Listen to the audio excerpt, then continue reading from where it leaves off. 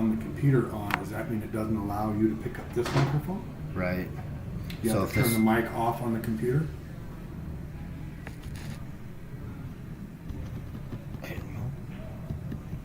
Which is right here.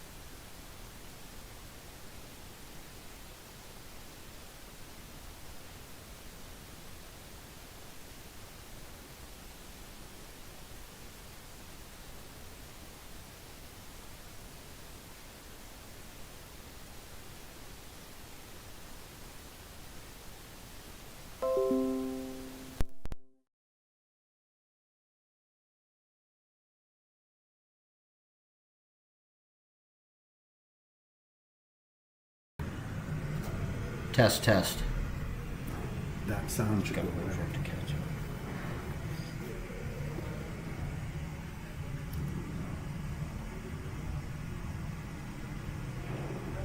Kind of past that, right?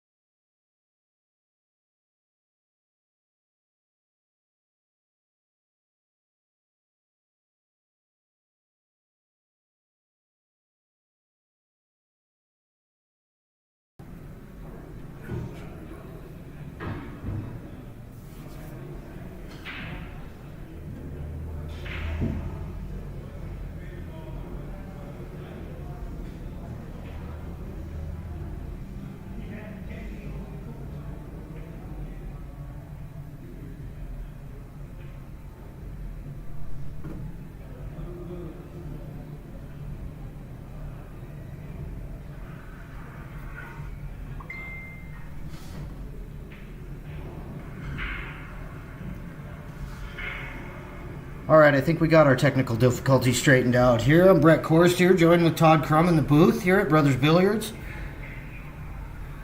And just working on some audio issues. Trying to get this this up and running for you guys on the stream here. We should be, I believe we're up and running. Guys, give us some comments if you don't hear anything.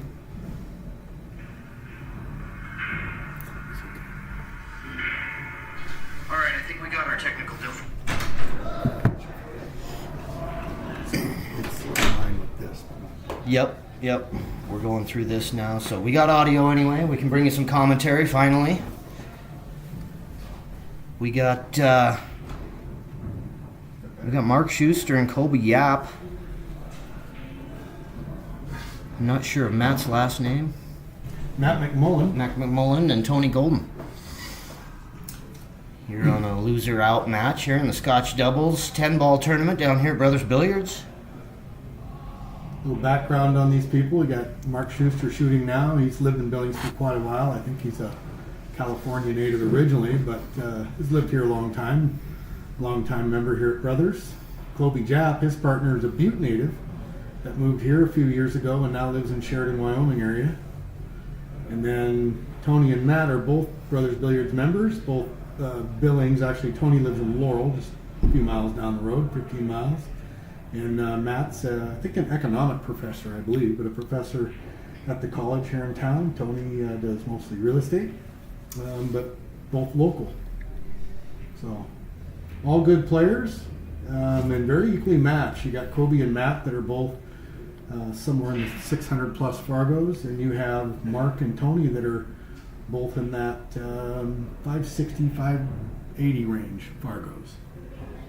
Tony plays to about a 580, as does Mark, and I think Tony's Fargo's sitting around 560.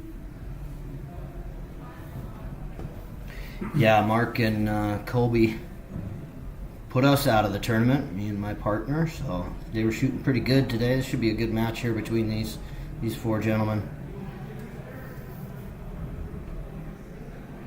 Completely different styles in partners here, which maybe that's a good thing, because Kobe's pretty footloose and fancy free. He'll swing at about anything. He's got an incredible pool stroke. Mark's very methodical, a little slower, takes his time. And then on the other side, Tony just gets up and shoots. You'll see that. It's kind of like Kobe.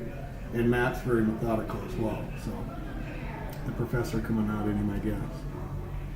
Yeah, I don't think I've ever got to see Matt shoot, but the other three guys I've played with quite a bit, so I know this should be a good match. Mm-hmm. Matt plays a lot of pool. He's played leagues for years, and he's played a lot more tournaments lately. And he's an extremely good pool player. And Kobe he can sneak that 8 in there. Good shot there. Leaves Mark in a good spot here to get him on the 10.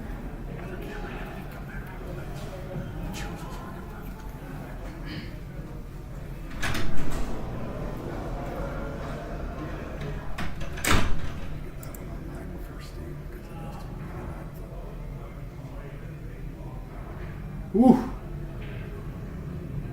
Mark catches both sides of the side pocket. Not a shot he's normally going to hit the middle of, and they get through that game. Not sure how that ball fell on the side. Yeah, he had just got enough of it to get it in there, and that'll jump him up 3-0 on the set. Race to 6 on this one. This is the bottom of the bracket match, so race to 6 on the bottom side, race to 7 on the top side. I will get our bracket posted up on Railside Productions Facebook page. If anybody's looking to follow the bracket, just head over there. I'll have that link up here in just a few minutes.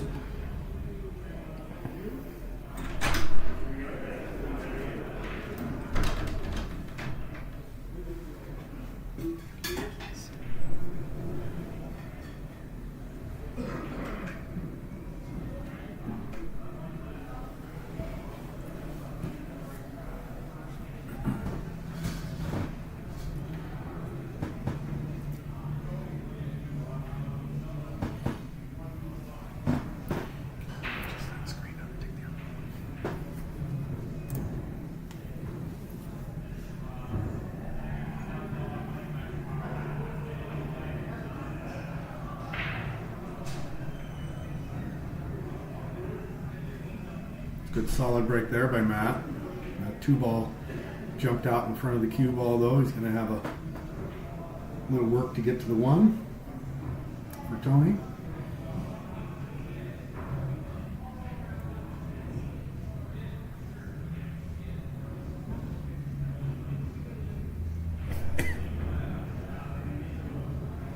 Tony plays a lot of pool down here. He likes to stick around late after our regular league nights and gamble a bit. We play together on the Wednesday night 8-ball league. Knows these tables well.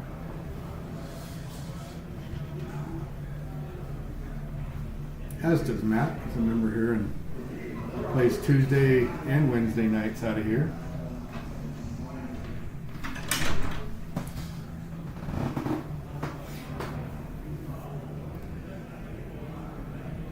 Try and skip over this rather than mass it, which might be a little hard to get a lead anyway.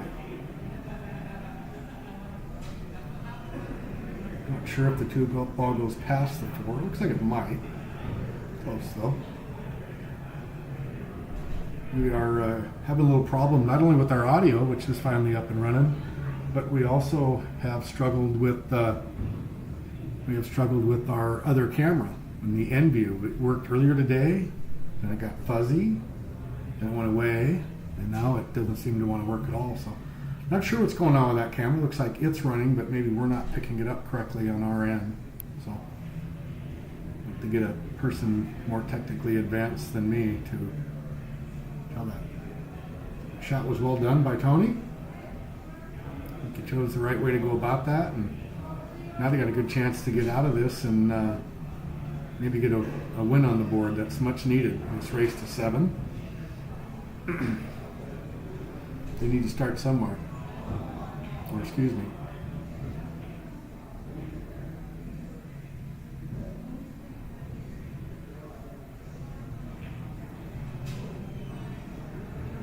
saw Tony at the table, and that was Mark.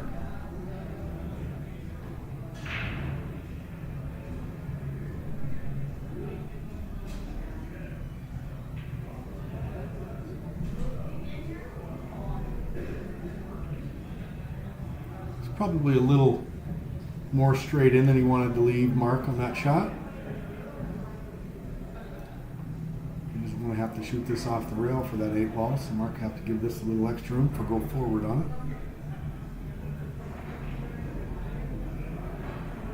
Well, it's just about straight in, so.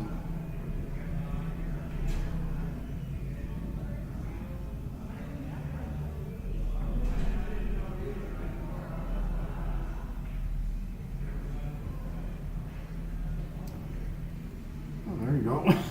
Comes over, runs into the 10 nicely, and barring something major here, they should come up to a 4-0 lead. The match expected to be very close. Not so sure it's going to be. We've had a lot of comebacks though. A lot of 6-1, 6-2 matches where makes that a little bit more difficult. But Kobe should have a pretty good look at this. You know, a lot of matches with some comebacks from 6-1 or 6-2 down and a race to 7. And yet, center pocket for Kobe. Doesn't miss a lot of shots. He's played well all day today, so. They played well as a team, actually, Mark and Kobe. Again, two different styles of play, but they mesh well together.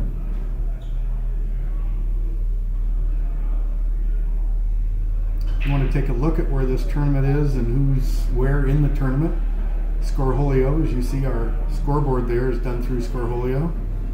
You can jump on and look at the bracket on that app. Just download the app if you don't already have it, and you go to the tournaments portion under Billiards. You should be able to find the 2nd annual Brothers Scotch Tournament, something like that is what it's called.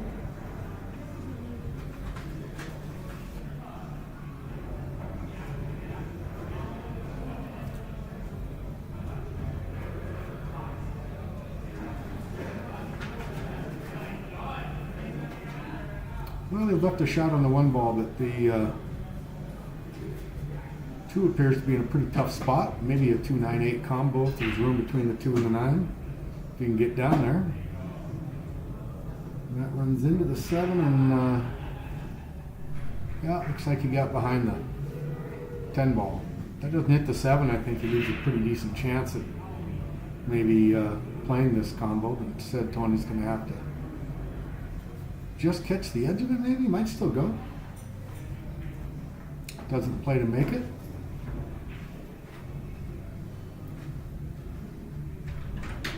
Left the 2 ball, it's tough enough to probably see a safe here. You could fire at the 2 and try and make the 8, but I just don't know if it'd do him any good for the next shot on the 2. So.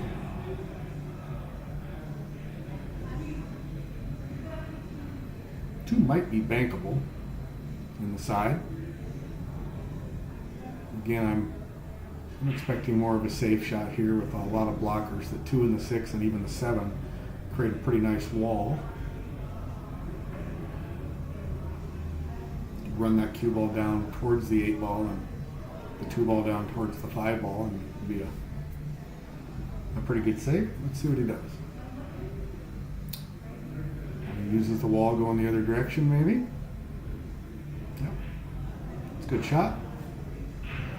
Makes for a kind of takes the jump shot out of the way there, because you got to clear the 10 and the 6 or 3, and that's a long ways in the air. You risk the cue ball coming off the table, even if he does get a good hit on the 2. So you'll have a kick shot here.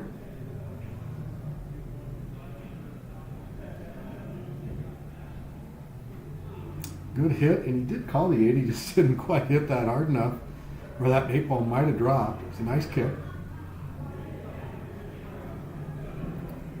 And I'm assuming you're going to see that combo played now by Kobe. Needs to make sure he plays that in a manner where the 2-ball stays in front of the pocket and the 9-ball doesn't get in the way. And he comes off the 9-ball, which is what he didn't want to do, and it runs the 9-ball up the table enough to where it gets in the way anyway. That 9 was where it was before he shot it. He'd had a nice cut at this, but instead Mark's going to have to either jump or kick at this.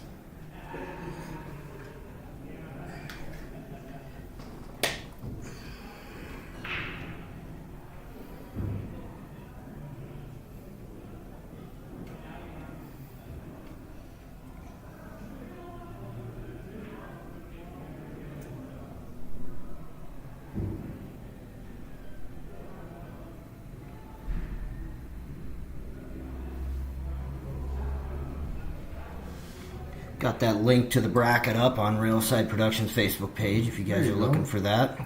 I had just mentioned it too. Cool. Pretty strong field here this weekend, boy. I'll tell you what, there's a lot of strong players in this one. There are. It was a fairly strong field last year, but it's kicked it up a notch this year. No question about it. Wyoming boys are up here. A lot of strong players out of Wyoming. Got Mick Tiefenthaler and Tommy Thompson over there, and Bonnie Flack and Shane Heldy, and then you've got a team out of South Dakota. You've got Trevor Hushhagen and Ken Nash, and they took second in this last year to Jimmy Winter and Ryan Grimm. Of course, the tough matchup of Jeff Boucher and Wade Thompson. You've got, I think, one of the favorites in this tournament. And this is a lot different playing on a Saturday when they didn't get here until today. But you got Dustin Javon and Britton Swartzer. Yeah. And that team is going to be very tough because they're not shaking as bad as they usually do on Saturday mornings. I'll just leave it at that. Yeah, they're looking strong so far. They're playing really well. Up 6-0 on Clinton Art over there. Yeah, which is another tough team.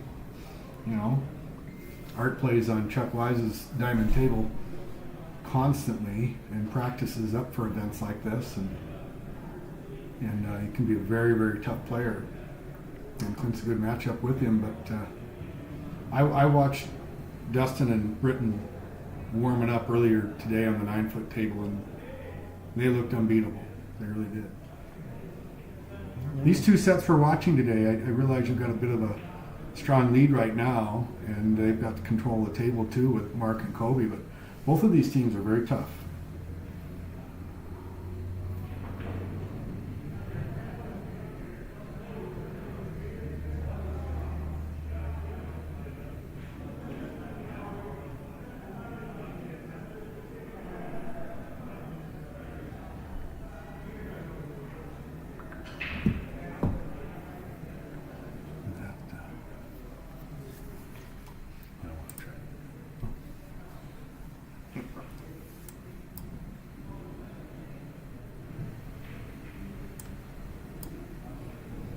Oh,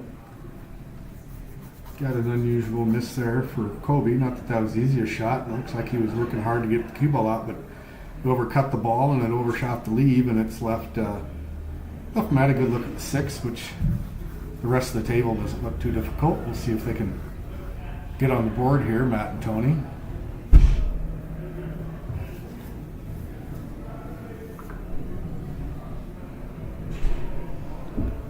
Selecting to go long ways here, which definitely leaves an easier 7-ball. I think I'd have shot that in the side, but I liked how that turned out. A little bit of an issue with the 10-ball kind of blocking the path for the 9, so we'll see if Tony just stops this or rolls forward. He's going to stop it. And for the most part, Matt just needs to make the ball and not shoot too hard, and you'd think they'd have this. Not that that's an easy shot.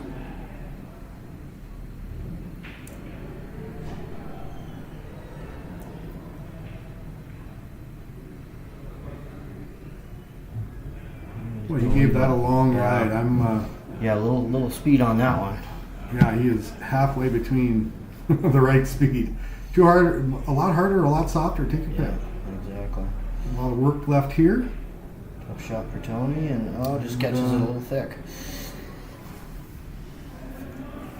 Yeah, I think he had a little bit of a apprehension on scratching on that and a few other things. Looked like he wouldn't have scratched till he made it. He's going to let these guys get to 5-0. That's an out. They definitely should have been out on it. Unfortunate, the 7 ball was straight in, but I think they still should have got out on that. The quality of player these guys are.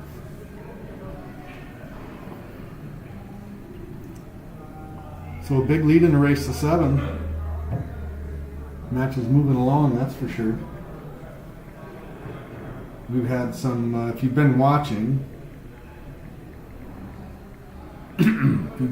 this particular table, we've had some slow moving matches, a lot of safety play matches on this table.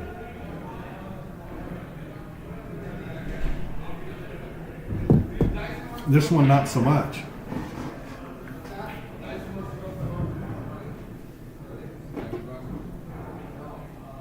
I look through the field of people that are playing right now, and I tell you, there's nothing soft out there. There are a lot of great players. Yeah, a lot of great matchups here, a lot of great teams. Speaking of that, those guys on the next table over there, a couple young guys there, Jerry Miller and Dustin Hamper. Yeah. Playing on the bottom side, but playing really well. A couple strong on the bottom players. side, they made a big comeback, down 6-1, or I think it was 6-1, not 6-2, against Bob DeRoke and Pat White earlier today, and they came back and ended up getting that win, 7-6. That was one of those big comebacks. Both of those players get on a roll, and they're tough. Yeah, very, very tough. Gonna have a rollout here by Kobe because no shot at that 1 ball. And we'll have to see here whether or not Tony's going to elect to try and bank that in. He does go for about everything, or if he wants to try a safe. Safe won't be easy, it's a long ways down. Plays the bank, and he rolls it in. He rolls them both in. That was a nice shot, but the cue ball drops as well. I'm not sure what Matt was going to do there if the cue ball didn't go in, but a little unlucky either way. At least they'd have had control of the table, and instead, yeah, Kobe and Mark got a good table here to look at. Yeah, the 7/8's trouble. A little bit of a tie up there, but other than that, everything's pretty well out in the open. Yeah, I'm not sure that 7 and 8 looks like the 7s. Looks like the reverse position for a good combination shot. Yeah. Looks like the 8's a little further off the rail. That could be a. Yeah, with the 4 and the 5 there too, they may have an opportunity to break it out. Yep, depending I agree, on where they especially get. the 4 ball. But yep, both of those. We'll see what happens here. Or he might just go for it here Oh, and does it. Great whiz. shot there by Kobe. What a beautiful shot. Yeah. I mentioned that big stroke that Kobe has, and there's your example. That stroke is it's long and smooth. If you've ever seen him play on the 3 cushion table where you really need that big stroke at times, it's a sight to be seen. Wonderful thing. And you can do stuff like that when you've got it. Gets a nice little bump off of the 8 ball there, and outside of being a little hard. I know he wasn't trying to do that. He was going to go above it, but ran into the 8. But he definitely left him a shot. We'd like to get on either side of straight into that 6 ball. And comes around But 3 he's going rails to have to for it. go around, yeah. Watch out for that side. He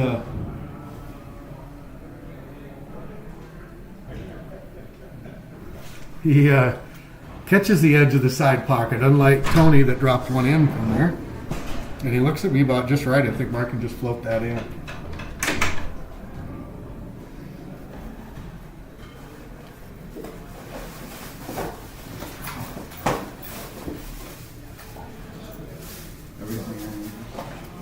Gets a little strong there. Not sure if Kobe can work it around the 9 here. I think he might have a line to it. He might have to bend it a little bit. Oh, yeah. Yeah, he kind of hooked it up on the 9 there, and Kobe's going to go for the shorty cue and Just have a piece of the 9 to get over to get to this 7. Not a terribly difficult shot here, but anytime you got to lift the cue off the table, then makes it a little more difficult. But he puts a good shot on that one. Great jump shot there, and floats the cue ball over a little bit further. So he's either going to be real thin on this 8 or be looking at a bank.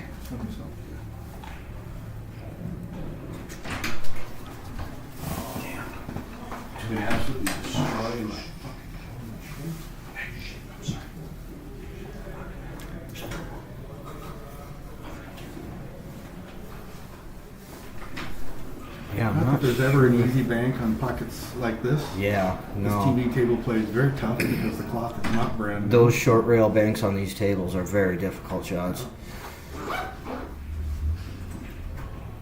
Yeah, he did. He overcut that one a little bit and gonna hang it up there for. Yeah, I think he was definitely playing to get the cue ball back out in the middle of the table to get on the 9. And Yeah. that's probably what cost him the bank.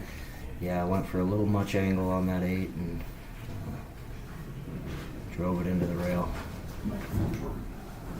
You guys got the mic? Yeah.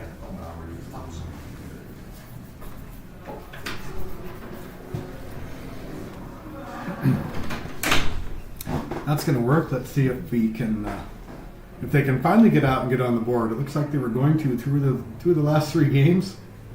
Yeah, stuns that one over for the 10 ball, and that's in good shape here. Yeah. I don't think Tony's happy with leaving him that shot. Probably wanted it a lot better, but I don't think that'll be a problem. And they get something to go in the middle of the hole. Able to get out and puts Matt and Tony on the board. 5-1 in the set. And like I said, we've had a lot of momentum changes in matches today, so this is far from over.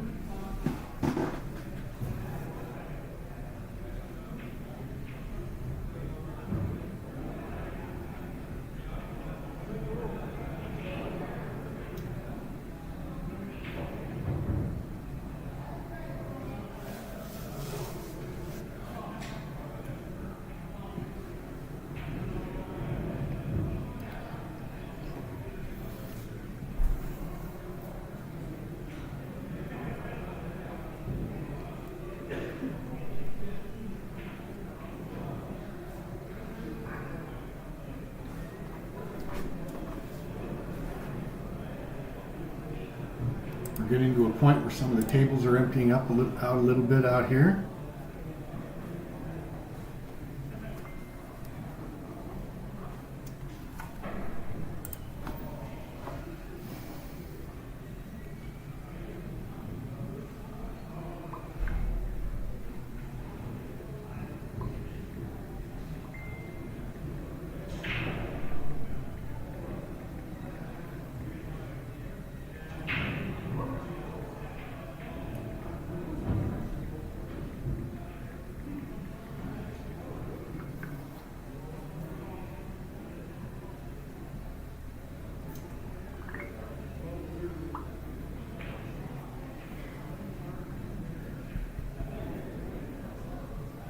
Well, Tony and Matt get to start with the ball in hand here.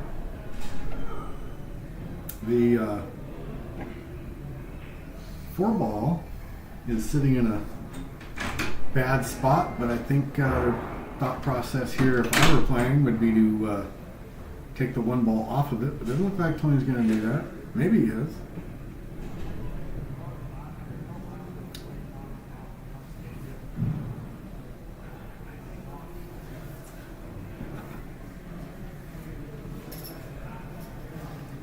Well, I guess they'll have to wait and see what they're going to do with that 4 ball. Might be something they play safe off of later. We'll see if they get to it. He gets in the right spot here. He can play the 3 and use it. And this is the shot that we'll see what happens. We can pull that over into the 6, and now I guess we'll see. It's not a ball I think that they can run down the rail without scratching. You could play it off the edge of the side and run it down the rail that way. Gene made that shot on me the other night, Gene Nagaki. You could possibly bank it, or more than likely with those 3 balls down in the middle by the rack spot, you're going to see maybe a safety play here.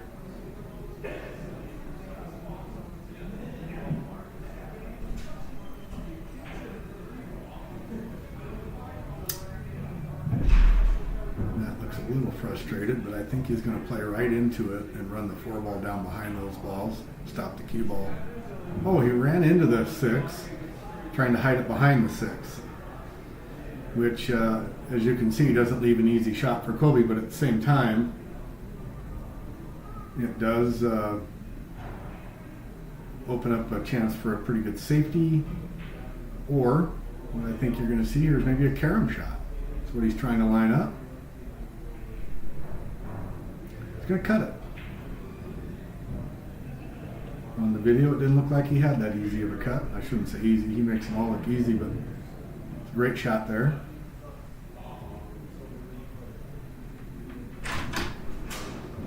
The cue ball slips past the 6 ball here on the cut shot. Probably come back out for the 6 in the same pocket, maybe. Or at least that's what I think he'll try for.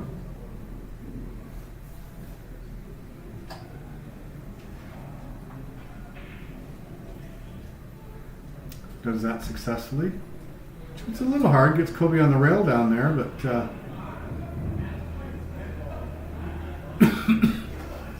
I think this is a just make the ball shot for Kobe. He makes that ball, he won't scratch in the side. It should just bounce off the rail and leave a pretty good 7-ball. He's going to go over and back, and he shoots a little hard here. Shouldn't create a problem though, pretty natural shape. So I think Mark, if he doesn't shoot this too hard, should be able to float the cue ball to the same bottom rail the 8's on. And if he can do that successfully, I can't see how they don't get out here. Just be the speed of this shot. He gets the speed right and makes the ball. Now the table's pretty open. That 4-ball cut, heck of a shot by Kobe to open this table up and create an out. Mark just needs to bump the cue ball back off the rail, and can do that with high or low English. You could let Kobe shoot it all the way down too, but I'm assuming he's going to bump this out, shoot the 10-ball on the side. Or not. A little straighter in than I thought.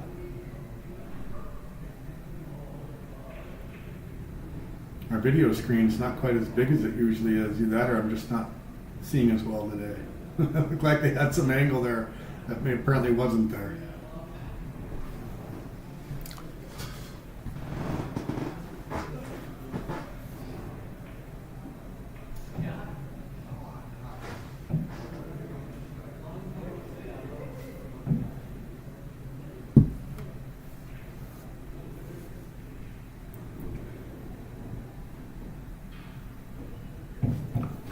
Looks like they had a scoring issue there. They must not have scored a game. And that match is over.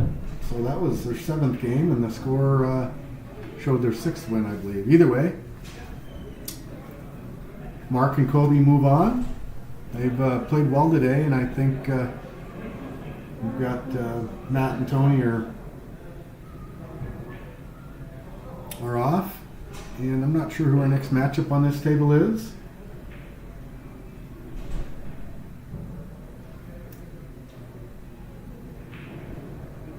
Looks like it, I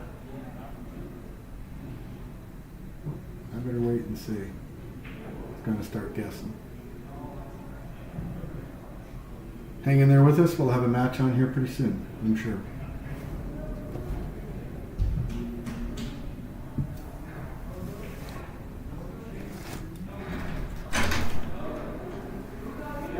Hi, Mark. Hey.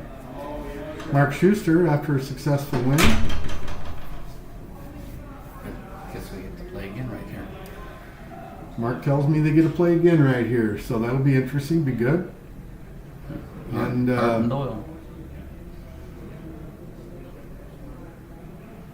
Art Nellamore and Clint Doyle? And Clint Doyle, yeah. All right. Nellamore and Doyle, I would assume this win would get you into the final 8? If you can get through this one? I think so. Maybe so? Yeah. I think so. Gotta be getting pretty close to that. I think they're going to try and get through to the final 8 and then redraw and play one of those matches. I believe that's the plan. But it will be at this table, my understanding, the same duo of Kobe Japp and Mark Schuster. You'll be playing up against Art Nellamore and Clint Doyle out of Wyoming, both those gentlemen. Mark's in the Gillette area, and Clint, I believe, lives in Sheridan. I think he has a home in Montana as well, or a residence in Montana, but either way, from that area. So they've seen plenty of Kobe since he's moved there, I'm sure. And that'll be the matchup that we've got for you. Art is around a 585, 590 Fargo. And then, as I mentioned before, Kobe's just over 600. And Mark's in that 580 range, 575, 578, something like that. And I don't know about Clint Doyle. He's probably 530, 540. So, should be an interesting match. I haven't been watching, I've seen quite a bit of Mark and Kobe today, but I haven't seen Art and Clint play today at all, so I'm not sure how they've been standing, but they made it this far. Not a lot of teams left.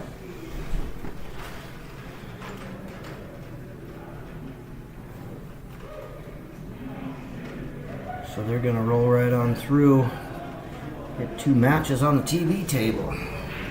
Yeah. Looks to me like a lot of the other matches are in the middle of a match, so probably the only choice they had was to get it started here. Or you'd have been waiting even longer.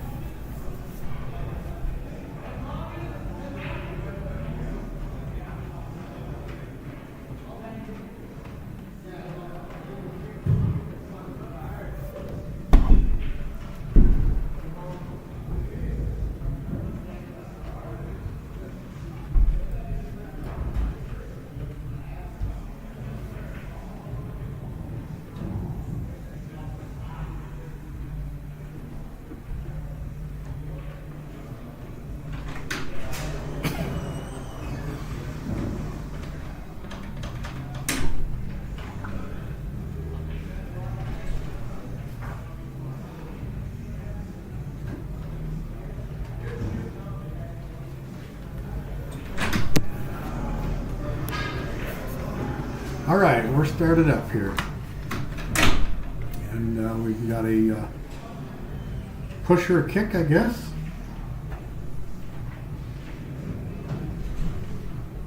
Yeah, he's looking like he may come around 2 rails for this one. Mm-hmm. Hi, Brendan, Katie. Hello. Brendan stopped in to make sure we were doing our jobs in here. It's a good hit there, and looks like a pretty tough shot. I don't know if that slides in the side or not. We have had some tough technical difficulties today, Brendan. Just letting you know. We don't seem to have camera 2. That one, just lengthwise camera, we'll call it. And our vocals, our audio is on the computer, not on the microphone. That's where we're at. We're limping through this one. We are. We're getting her done. But yeah, it'd be nice to have that other camera up for sure. Get a few different angles on there. But Clint played a nice safe there. It's going to be tough for Kobe to run this between that gap with the 8-ball, but he should be able to get a good hit here. Maybe even make the ball. I was going to say he's going to have to fire at it because of that 2. Yeah, the 2-ball didn't get much easier, did it?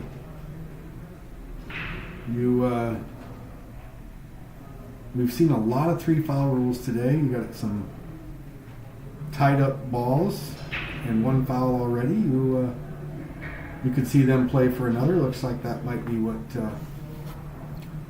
Art is thinking right now. Oh, I guess not. Runs it into that 4 there. I believe that was a 4. Yeah. I'm not sure. Oh, he was trying to run it past that. Yeah, I and was that trying to would get be his around the blocker, 4, and he kind shot of it put right that into it. 1 down Yeah. below the 7. Yeah, I see now. And he ran into the 4 and killed it, so leaves it open here for Mark. Yeah, leaves a nice shot. He's got a lot of trouble on this table. Really, if the 2-ball was on the table, it wouldn't be so bad. That 2-ball is kind of a mess. It'll only go in one pocket that I can see. It's going to be hard to get to that pocket. The side on the far. Mark playing pretty good safe there. He did play a good safe there. Didn't much matter to him where the 1 ball went, as long as it stayed on that half of the table, because he knew where the cue ball was going. Yeah. This is not the end of the world for a jump shooter. I don't know if that's Mr. Doyle's strong point or not. You've got about a half a foot between the cue ball and the 9 ball. Yeah, A he'd lot have of to these get- guys that are good with the jump cue would probably drop that one in the hole. This one might require a kick shot for Clint. Yeah, I was looking to kick off the long rail here.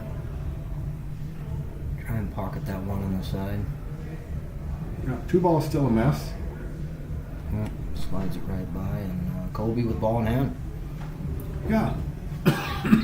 Which gives him a chance to get to the only spot on the table you can make the 2 ball from. Again, to that far side pocket, so he can either shoot this. I'm going to say he's got to put the cue ball next to the 3 to get a little angle on the 1 to slide down for the 2.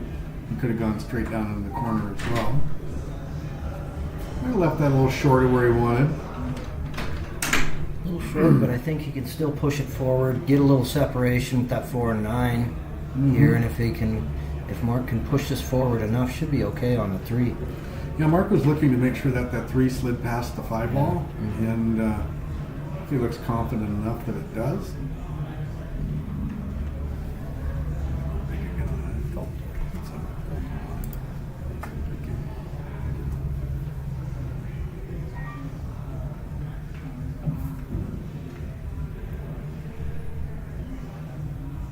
This cue ball's going to want to come pretty square into that 7. Yeah, we'll push the 7 towards the 10 ball. Yeah, he uses enough top and gets a good look at the 3 here for Kobe, I think, if it does go by that 5. Mark didn't look all that happy with it. Yeah, I didn't see him happy, but I think he's more concerned with putting 7 in front of the 4.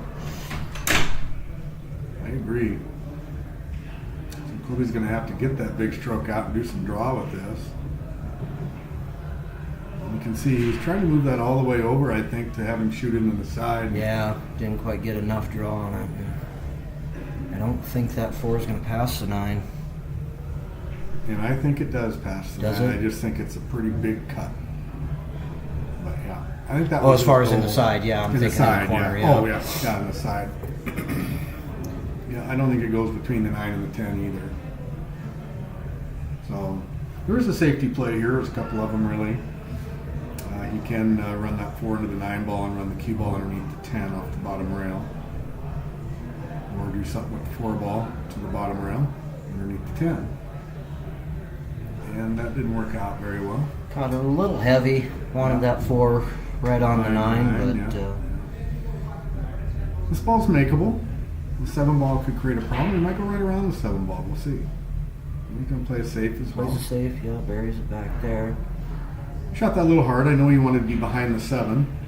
I think But, Kobe has a lane here to cut this into the side. Yeah, and that's what he's looking He's at. looking at it, yeah. I think Art wanted that cue ball behind the 7 ball. Would have been a tough kick off of any rail. And now, well, no. Oh, he cuts her a little thin and it runs it into the corner. Boy, so that's We saw that kind of bad luck go yeah that for can- the other team right. in the last match. This time it doesn't work in their favor. Oh, and Clint and Art got a great table to work with here. Everything right out in the open. Yeah, I think 7 to the 8's the That's your If toughest there's one. anything that's tough out there, you got the 78 to be thinking about.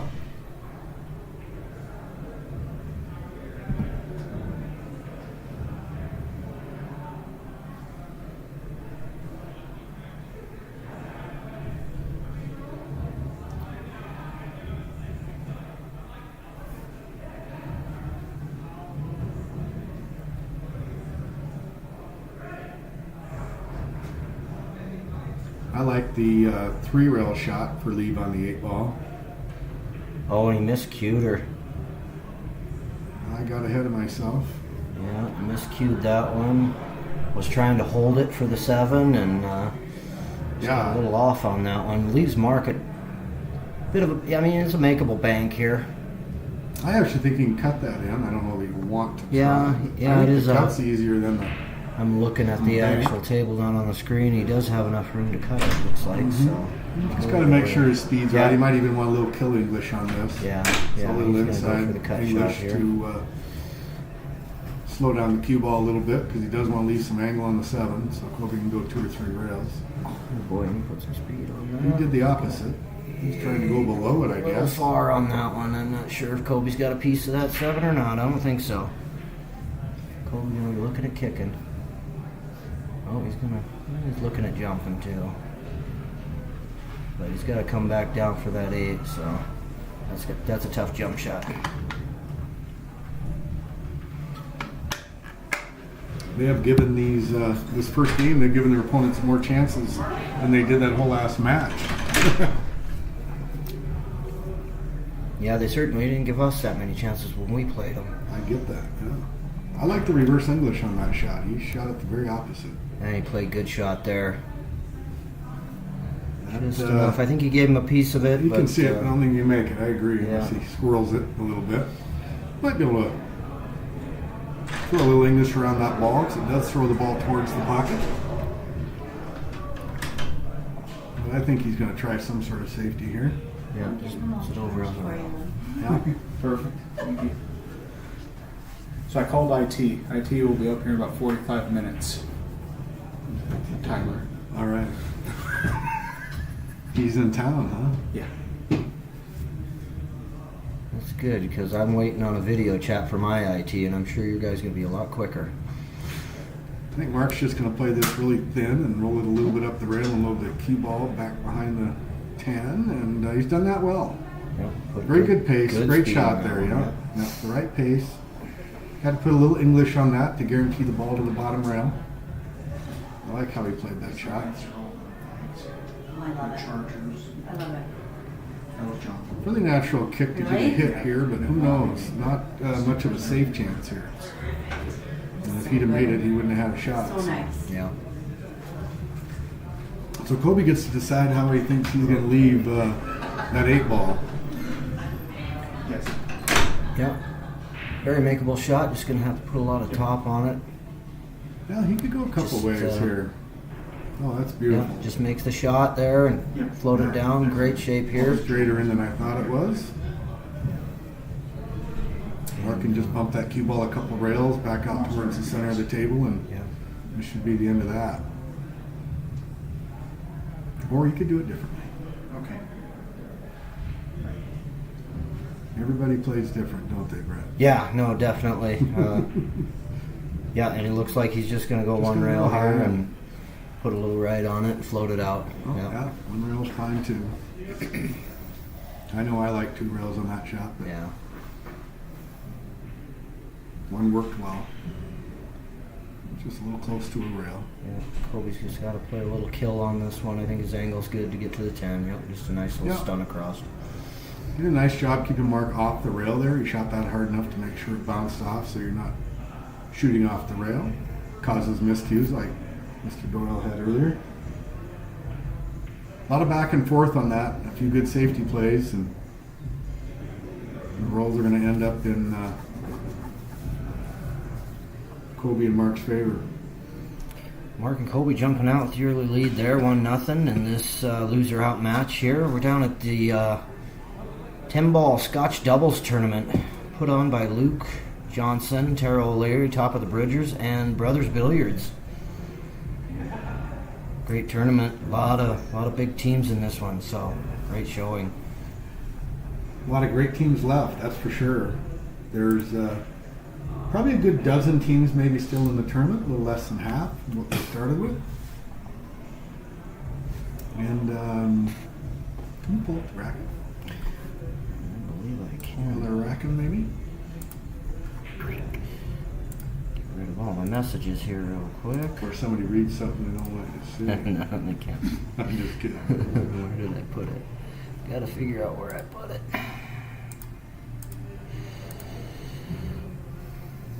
We're still on live audio, right? Oh yeah. So you guys can still hear us. I'll tell you a little bit. They can't see now though? No, they can't see this screen. No, they're still watching that. Oh, they're still watching. So I'll still commentate you guys through this a bit. I'm just looking to see the bracket. I don't have it on the phone. So you've got, Let me get over to the bracket. That's just the live matches. Oh, it'll switch through. That's what it does. so you've got, here we go.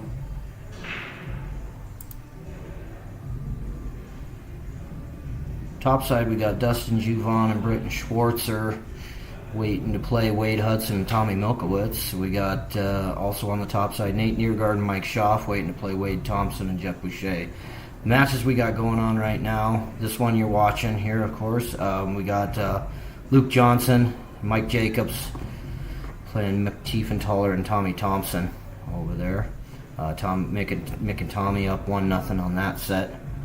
The Obergfells, Dorian and Rocky playing Kat Hansen and Matt, I'm not sure his last Domland. name. That match has been going on a while. Yeah, and Kat and Matt up on that one 4-3. Yep, that match's been going on about an hour and a half. They've been some safety battles, etc. And they'll be playing Lonnie Flack and... Is that correct? No, oh yeah. Winner of that one's going to go on to play Lonnie and Shane. Lonnie and Shane Hill. Yep. And also currently going on, Dustin Hamper and Jerry Miller playing Jim Winter and Ryan Grimm. And that match is just getting started, if they've even broke yet. And also waiting in the wings, you've got some others You got waiting for Trevor and Ken, and I'm not sure. Trevor Hushagen and Ken Nash. Okay, yeah. And you've got Sean and Doug. Yeah. Sean and Doug are out of South Dakota. I met them earlier today for the first time. And Sean has the pool hall down there in Rapid City. His partner Doug.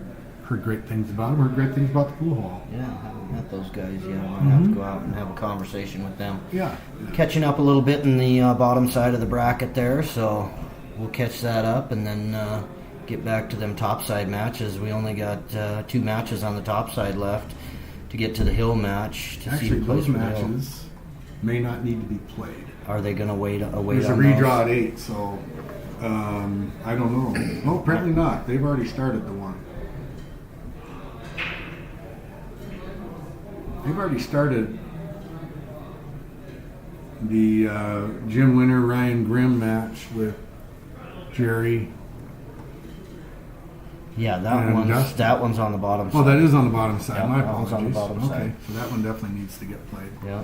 But these last 4 that are up, those 4 will be part of the redraw. Those matches should not be going on right now. Okay.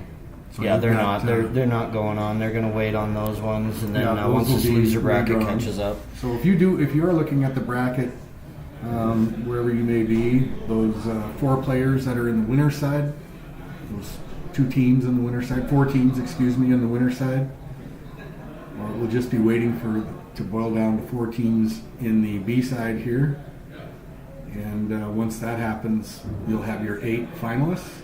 They'll redraw and start over. And yeah, I'll have to go And 8 find person out if double they're going elimination. I believe that's how they're doing this. to finish that out tonight, or are they going into tomorrow?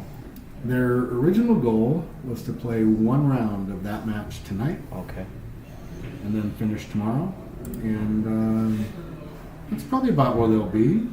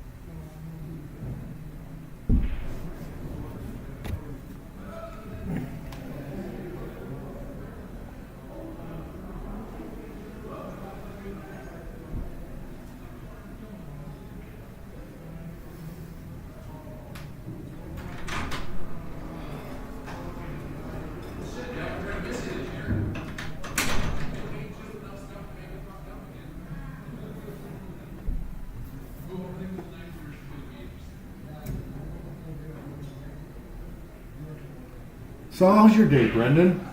It was good. Got to go swing some golf clubs one last time. Oh, Brendan's smart. We've had great weather here, and he knows he can play pool all winter.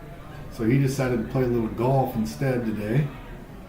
That's been happening a lot around here. It's been 70, 75, 80 degrees every day, and we're going to get one more of those tomorrow.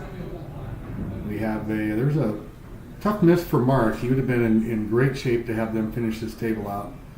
He left him pretty that good six there, ball. though. Yeah, he did Left hook a him on the kick. ball. Yeah, left a kicker and jump. And again, I don't think Clinton really likes to jump the ball so much. I think most people would jump this, maybe even catch the rail first to leave the 7 on the side. But he's going to kick at this, and he Hit it. You'd have thought you couldn't hit that and not make it, but He just showed us he can. he just showed us it's possible. We're going to get this back to him.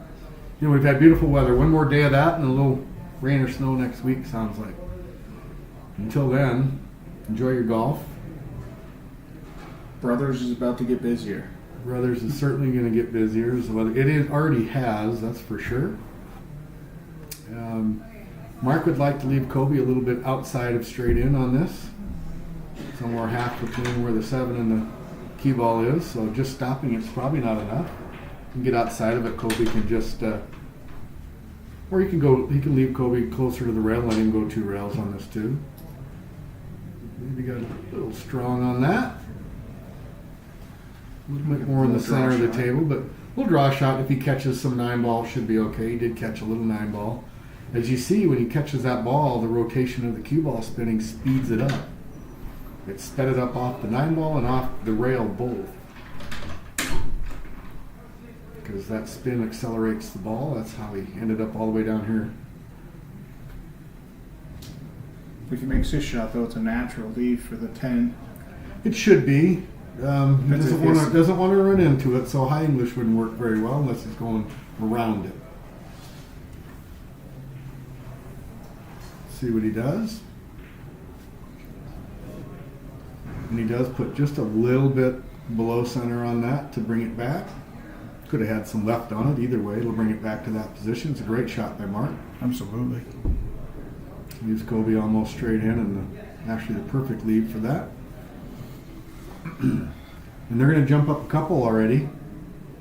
Looks like they're getting back into their natural rhythm now after that first game was a little off.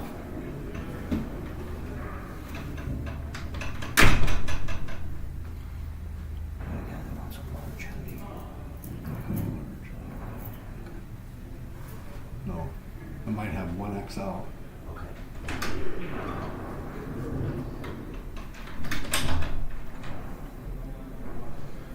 And Mark and Colby, that's a juggernaut team. Yeah, I was mentioning earlier there are 2 different styles. Mark, methodical, a slower player, thought processes. Colby's grip it and rip it. Kobe can just swing, but Kobe's that way because when he just swings, he makes balls. The looser he plays, the better he plays. Those 2 could really complement each other actually pretty well because I said that same thing. mixing up the different styles. Yep. You've got a lot of players here, like a good example would be the Ryan Grimm, Jim Winter team that play a lot alike, very similar styles. Can't argue with since they're the champion from last year, so I can't really argue with hard to that. beat that.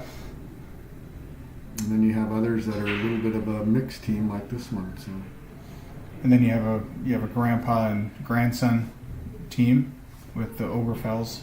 yeah, I don't know them very well, but that is an interesting combination there. They're still in this tournament, playing for their tournament life on the B side over there, and it's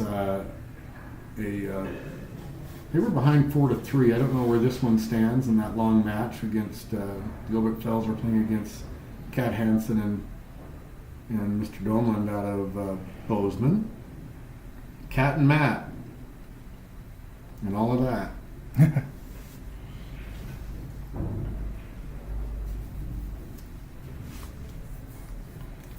But Clinton and Art, though, that's another good team. I don't know. I know I've seen Art and talked to Art, but I really haven't watched him play a ton. Art's a good player. He's in the high 580s, I think. Fargo-wise, plays a lot of competitive pool. He's a very serious player. He's takes the game, like I say, very seriously, wants to win, very competitive. He'll give it 100%. There's no question about that. And I think that's the same with Clinton. Clinton doesn't like to lose either, so that Yeah, that's for that- sure. That's for sure. They could work together. T-shirts. Hey, thanks. You're hired. I'm in here talking, and Brett's out there selling shirts for me. So He's hired. he's hired. Yeah, we'll just sit in here and do the light work, and he can go out there and do the heavy work. So looks like Kobe might be able to squeeze through these. He does. They It's just close. found that opening. It was close. A little unfortunate that that opening was left. And the 6 ball's problem here, really even the 7 ball is not easy too, even if they could get on the 6. So, good man. Thanks, Brett. He just walks in, hands me cash. Yeah. Always on the hustle. Always on the hustle.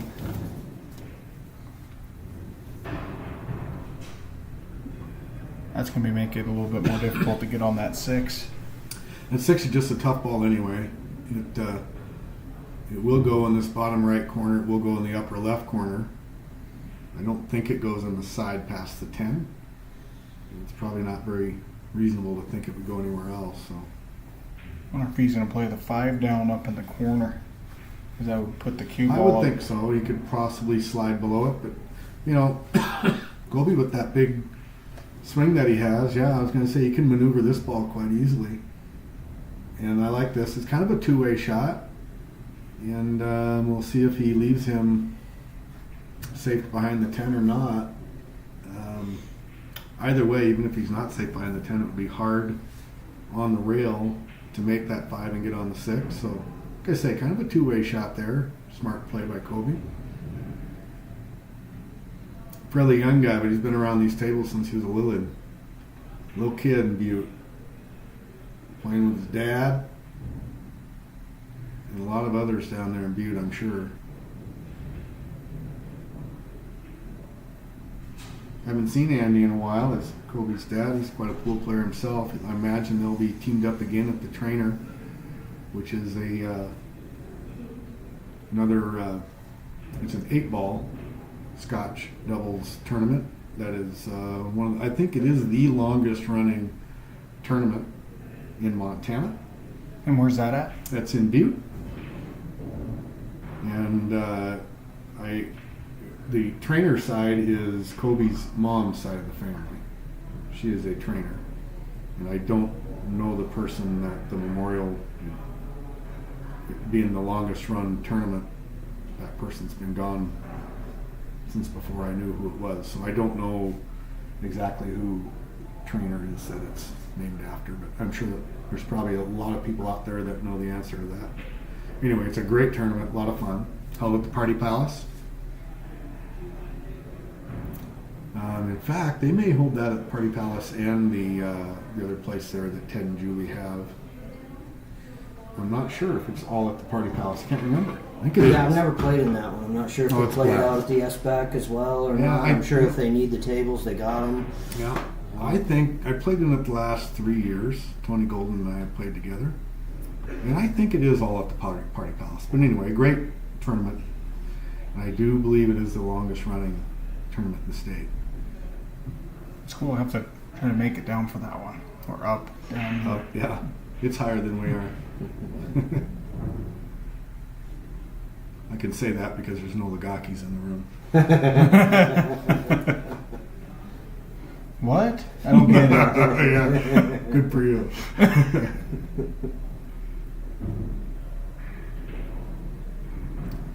Mark, I think, played the only really shot that he would have there, and I think he played that very, very well, making sure he got to the other side of the table. Because it would have been a lot harder to leave the 9 if he'd have left it short. Kobe probably didn't want to leave him that crooked on this, shooting over the ball. Yeah, left him real tight on this 9. Yeah, I would have thought that he would have rather have stunned that underneath a little bit, but it's not bad. It's not bad for you guys. It just makes, Well, first of all, the pockets are just tough. This TV table gets played a lot, and the pockets are, the more a table gets played, the tighter the pockets get. And the big issue with that shot wasn't necessarily making it, which you did a great shot there to make it. It's this part. How do you control the speed to get the shape? And I would assume Kobe's going to try this on that far side rather than bank it, but is that what he called? Yes. Oh, he's going to bank it and continue to bank it. And it's going to continue to roll right in front of the pocket. That shot surprises me a little bit because Kobe's such a shot maker. I thought he'd try and swing that into the side, that big cut. He also would have had a good chance to leave the cue ball on the bottom rail. And I don't mean any disrespect to Clint, but he's not quite the shooter that Art is. And knowing that Clint would have been up next, I'd have probably tried to play the shot that would have had a better chance of leaving him difficult. That's the other part of strategy with Scotch doubles is knowing who's coming up behind you. Unless you're playing against, there's quite a few teams out here where it just doesn't matter. Oh, absolutely. You know, the Jimmys and Ryans and the Wade and Jeff Bouchers, and there's a bunch of those where they just doesn't matter who's next, you're in trouble. And I don't mean any disrespect, Clint's a great player, but you're looking at 50 points different in Fargo. You know, might be a little bit, if you're going to leave a tough shot, that might have been the time to do it. Or he might have made it.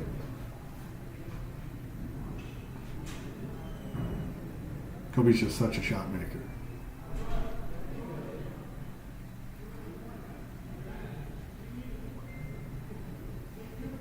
Score is 2-1. There you go. They just gave it the change.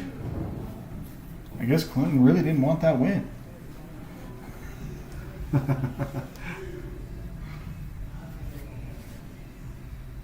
Been a while since they were able to score one. They got that out of the way. So they're both on the board. It only takes one to start a roll.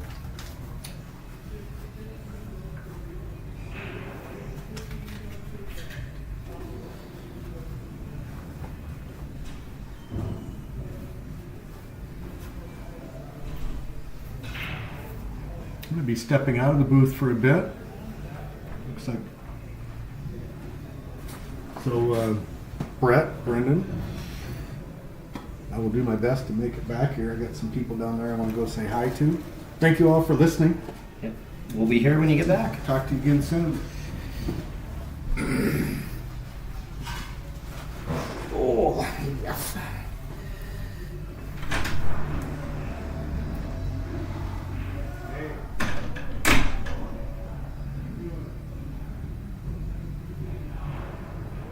Oh, Kobe there, finding the jaws on that one and hanging that one. He's finding that TV table tight pockets. Yeah. Todd and I were just talking about that this table gets used so much. Oh, and yeah. I'm part of the problem because when we play league night, we like the comfy chairs up here, so we go down and sit here and play on. Well, heck yeah, why wouldn't you? You know, it's a great spot to watch from, and you know, you got the great cameras on these tables here, so yeah, no, I get it. And the jaws on these pockets are tight. The shelves are deep. They're just tough tables all the way around. So. But they roll so good. Oh yeah, no, they're the truest table you're gonna play on. I mean, they're clean. They're very well taken care of. Everything everything about this facility is top notch. I love coming down here and playing. Any opportunity you get to come to Brothers, you take it. You guys have the luxury of living here and having a great place like this. So definitely don't take it for granted. Yeah, that's it's awesome. It's nice to be able just to show up, hit some racks in. Yeah, absolutely. You on know, some of the nicest equipment in the Northwest. Right. You know, where I'm from, we have one of the strongest pool communities, but we just don't have the venue. You know, the biggest pool venue we have in our town is 5 tables. You know, they're valley tables. They're great tables, great, you know, very well taken care of, but nothing like what we have here. This is really awesome. John Geis and I played at the right down the street from where that tournament was. The Shooters Cup was Silver Spur. Black Eagle Country Club. We had a lot of fun. Yeah, it's a great bar. Great tables, you know. Clay and Jackie do a great job out there as well with the Silver Spur out in Vaughan. Ronnie's just covered all his tables. Everything's playing really, really great out there. We got the next stop of the Top Gun Tour. That's where we're going to be November 3rd through the 5th. We'll be streaming that one as well. So tune in. It's going to be a great tournament. And that's also Montana State 10 ball. Yes, absolutely. So that's a pretty big deal for the state. Then the weekend after that in Billings is the Montana State 8 ball tournament here at Brothers. A and B brackets both being played up here. A bracket's playing on the 9-footers. B bracket's playing on 4 of the 7-footers. And then the women is playing on 4 of the 7-footers. Plugged in. November's a really busy month for the pool community, especially in the Billings area. Yeah, September it starts to gear up, and then November it really kicks in. So we're going to be busy here the next few months, into December as well. We're going to mute the sound for just a minute. We're going to do a little bit of troubleshooting, and we'll bring back the commentary here in just a second.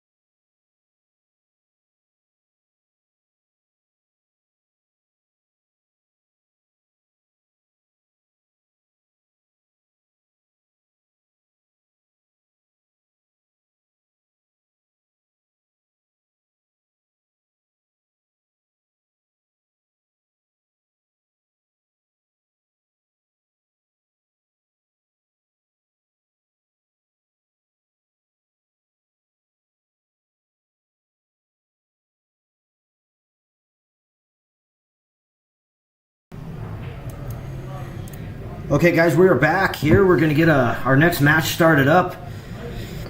We got Lonnie and Shane out of Wyoming against Sean and Doug out of South Dakota. This is going to be a real good match here. Winner of this one will move on to the finals. Getting down to the final 8 here in this 10-ball Scotch doubles, second annual Scotch doubles tournament here at Brothers Billiards, put on by Luke Johnson and Tara O'Leary of Top of the Bridgers. A lot of great action going on with these two. Got our double angles back for you. Had a little technical stuff we had to sort out here with the system, but we're starting to get the kinks ironed out. And we're going to bring you a great match here to cap out the evening. I believe they're going to do one round of the finals tonight.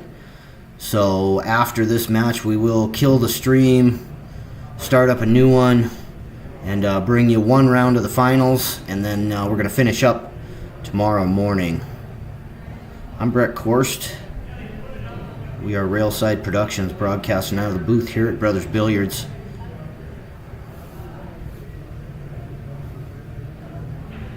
And we're just going to wait here for the two teams to get settled in, get everything set up, and we will have the opening break here for you in just a moment.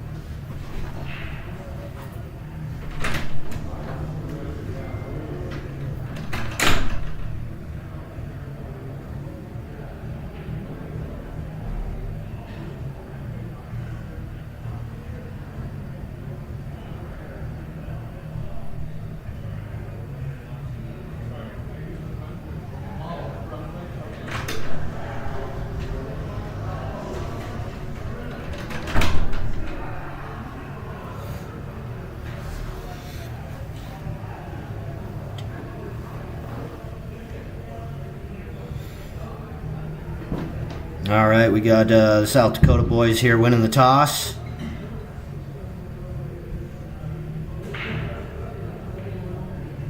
Seven ball down on the break.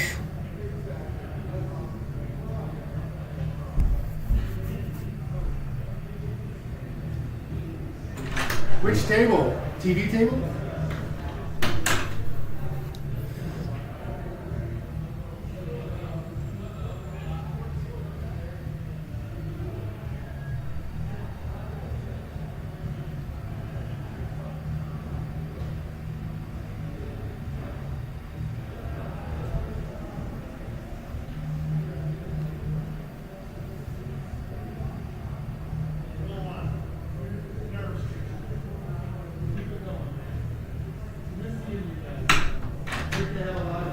Got to look at this one down the rail.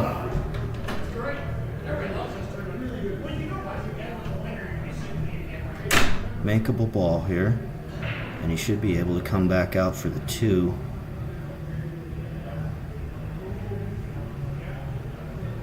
And he catches it a little heavy.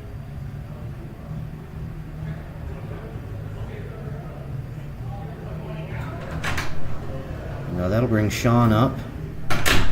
Here with a look at this one, he's got a bit of a back cut here on the 1.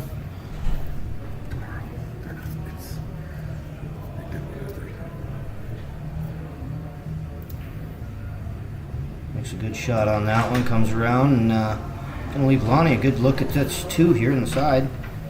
Pretty wide open table here for the Wyoming boys.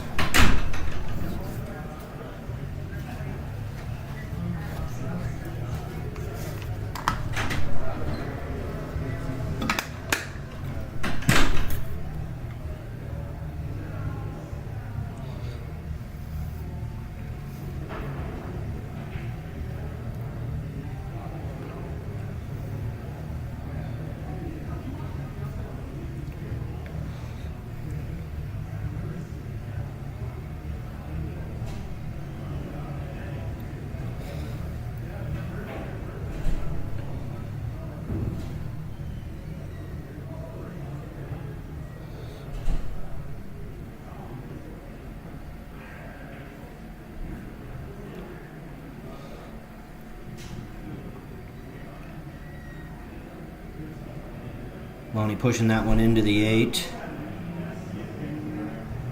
And I think he got it far enough up to where it gives Sean a look at this 3. He may have to get around a piece of that 4, but I think he's got a good look at this 3 ball here.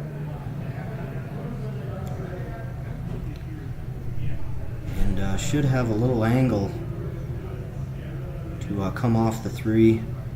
You can either go topside or draw off of it. And should be able to get to the 4. Looks like he's going to go topside and run it forward. Oh, he did go rail first, and Lonnie didn't give him enough of the 3, so that one found the side pocket.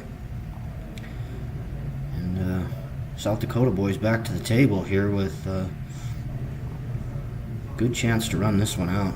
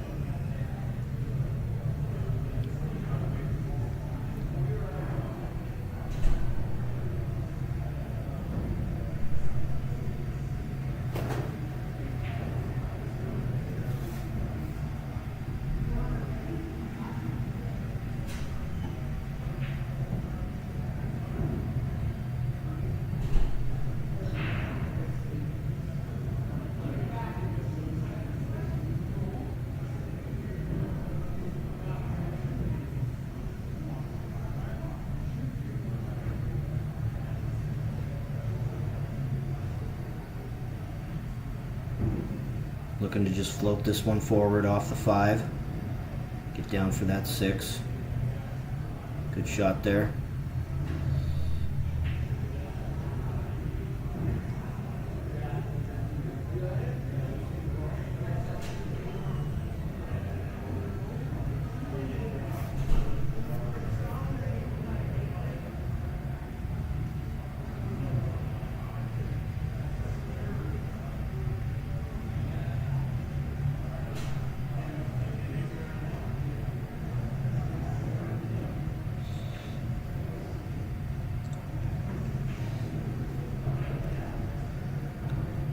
Puts a draw on that one, tries to draw back for the 9, but finds the corner pocket. And that's going to give Wyoming 2 ball out here. Lonnie back to the table. And just going to play this 9 down to the corner, follow it up, and try and leave Shane in a good position here for the 10 ball. Uses all of that pocket, but it's able to find it. And Shane here with a nice little cut on this 10. And he's able to find the pocket on that one. So Wyoming going to jump out to a 1-0 lead. And they will have the break, second rack of the set.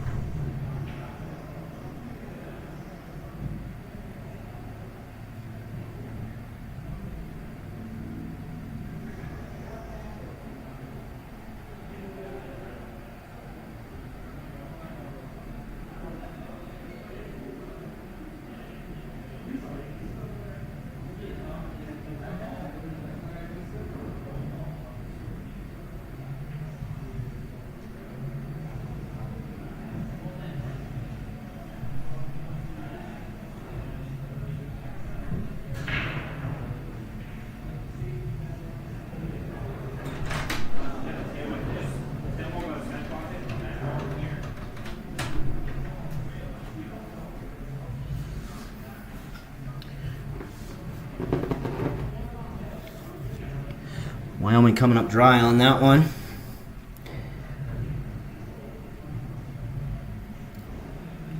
Doug to the table here with a good shot on the 1 ball. Comes back 1 rail for the 2 for Sean.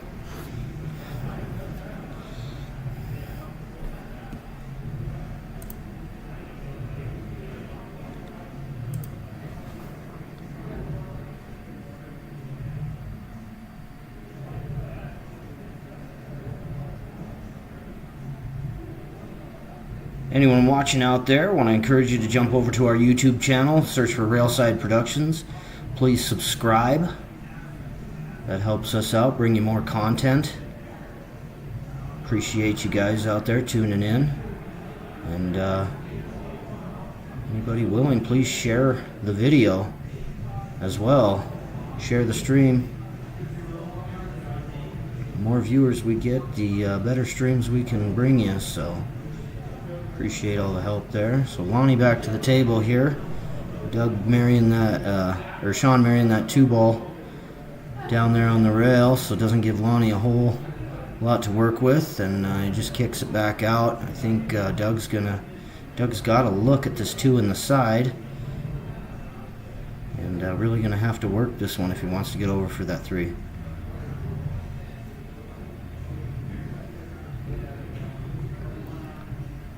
Floats it forward a little bit. Gives Sean an opportunity to play it safe here.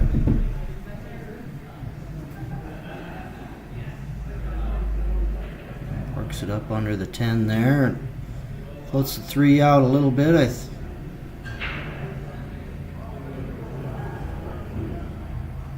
Not sure if that 3's off the rail or not. I believe Shane has a lane to the 3 ball.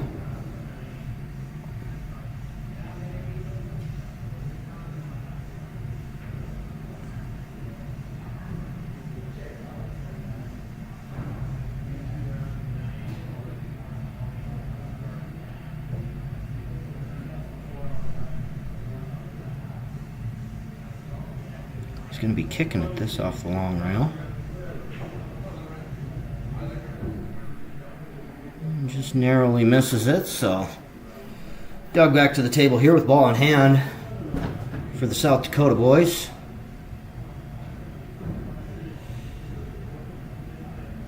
South Dakota in the matching red, white, and blue uniforms. I'm not sure which one of them. I know one of them owns a large, very nice pool hall in Rapid City. These guys know what they're doing. Plays a good shot there to get breakout on that 7-10, get a little separation, gets good leave here for the 4. Sean with a good look here at this 4 ball. The 5's a little tricky. Still a little tied up with that 9. See what he does with this one here. Tries to draw off and get a little breakout on it, but just misses it. But Doug here at least got a full ball to work with, so he could cut this, put the 5 up behind the 6, run that cue ball around 2 rails and hide it. He's got a couple of different options here, so rather than have me try and guess, we'll just wait and see what he does here.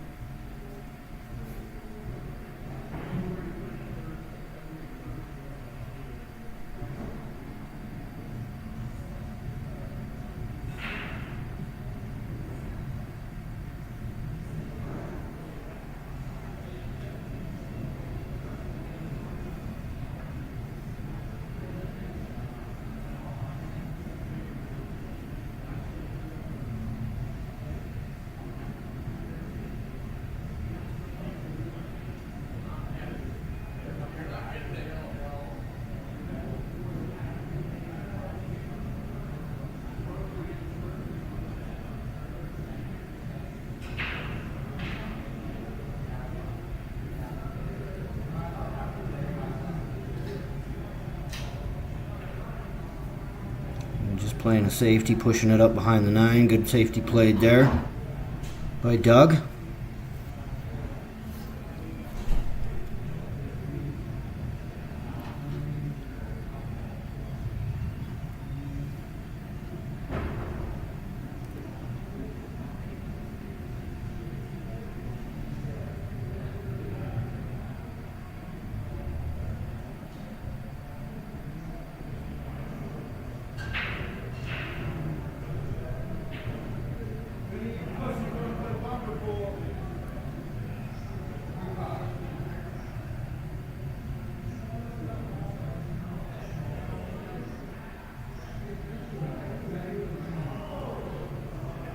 Lonnie getting a hit there and almost potting that 5 in the side, but just coming up a little long on it.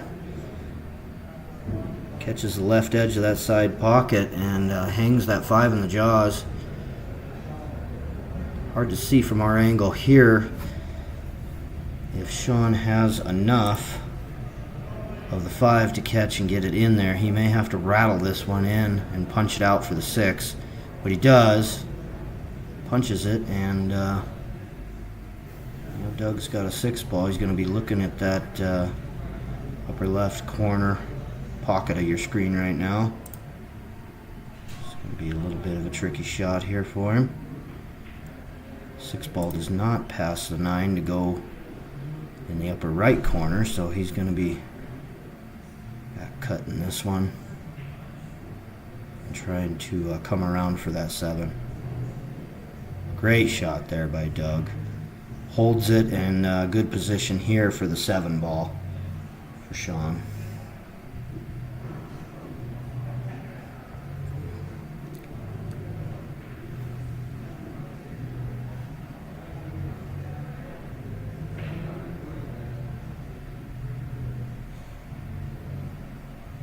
Sean putting a little bit of mustard on that one to try and get over for the 8, and once again these diamonds just eating that one up. Any other table that would have been money, but sharp pockets, deep shelves, and not able to find the pocket on that one, so it's going to bring Wyoming back to the table. Shane here with a long look at the 7. He's calling that corner pocket. Going to try and cut this one over, come back down table for the 8.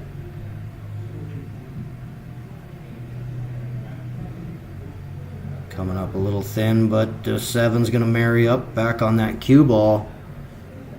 And they're really close. Not sure how much space we got between the two, if any, but Doug looking at possibly kicking at this 7.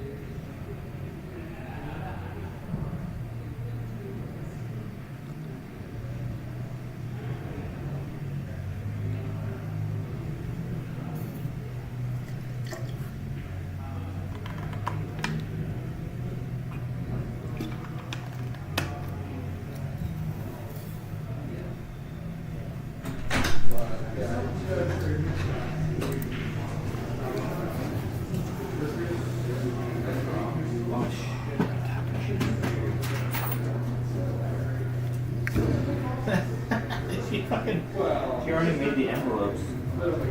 You got change. Hang on. We might. No? No. He was just going to take my house. You some? Yeah. Hang on. Sorry about Facebook land. We didn't mean to say that on the air. Well, we say way worse than that. Now you made me miss a shot, but they scratched anyway, so Lonnie back to the table here. 8, 9, 10 to work with, and he's just going to float this one over for the 9 ball. You want? Can you use 20s? Maybe 20s? Yeah, if you have 20s. Yeah.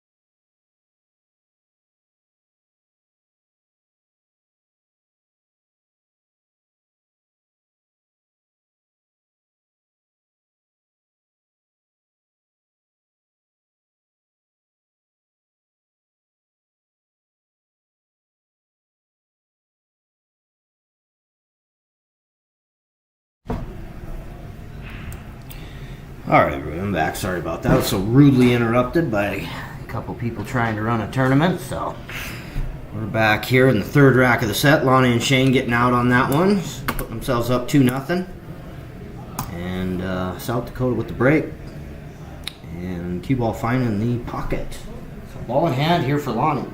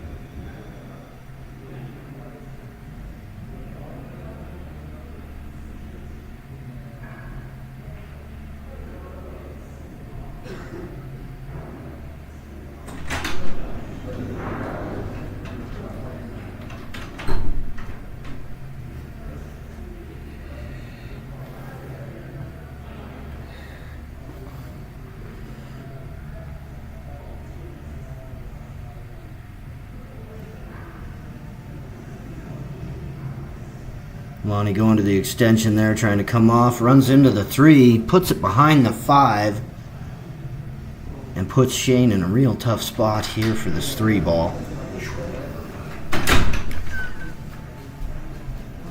Not sure if he's got any piece of this 3 at all or not.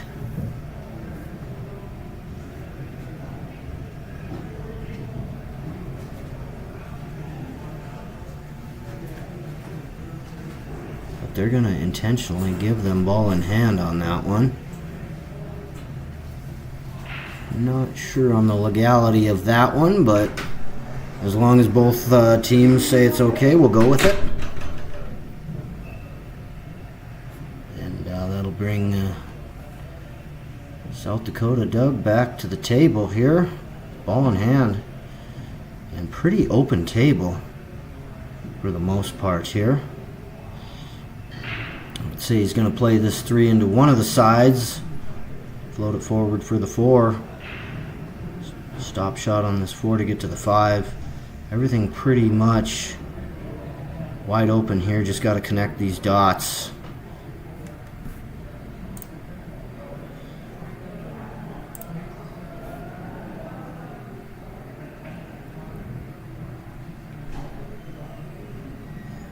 Interesting choice there by Sean.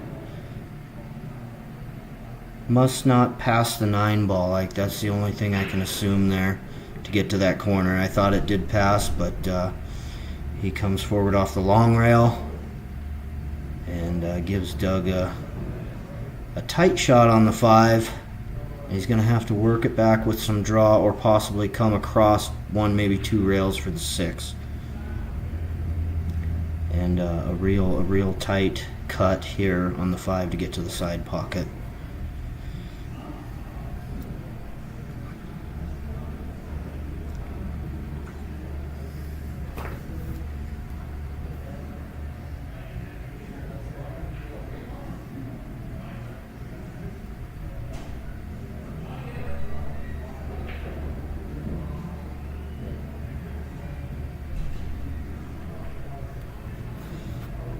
It's a good shot on that one. Runs into the sticks, bounces it off the rail. Great shape here. Gets good shape on the 6. So comes out of that one smelling pretty good. And I believe if Sean's got a little angle on this one, he's just going to run it up forward for the 7 in the top side pocket there.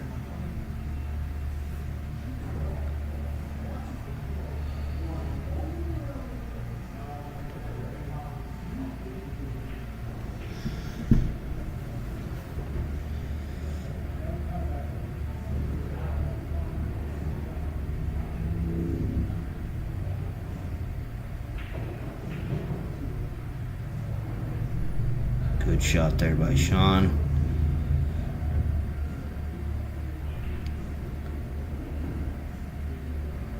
Gets Doug in great shape here for the 7. Just going to want to stun this one forward for the 8 in the lower right corner.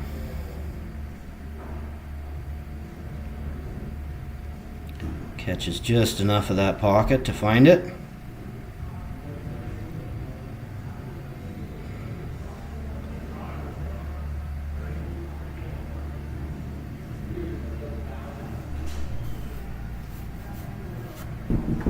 Sean with a little inside English on that one. Kicking it over, give himself a little angle on that for Doug. Just misses that side pocket and puts Sean in good shape here for the 10. To get South Dakota on the board. 2-1 in the set. Good out there by the South Dakota boys.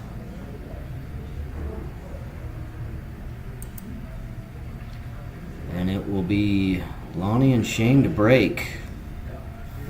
4th rack of the set.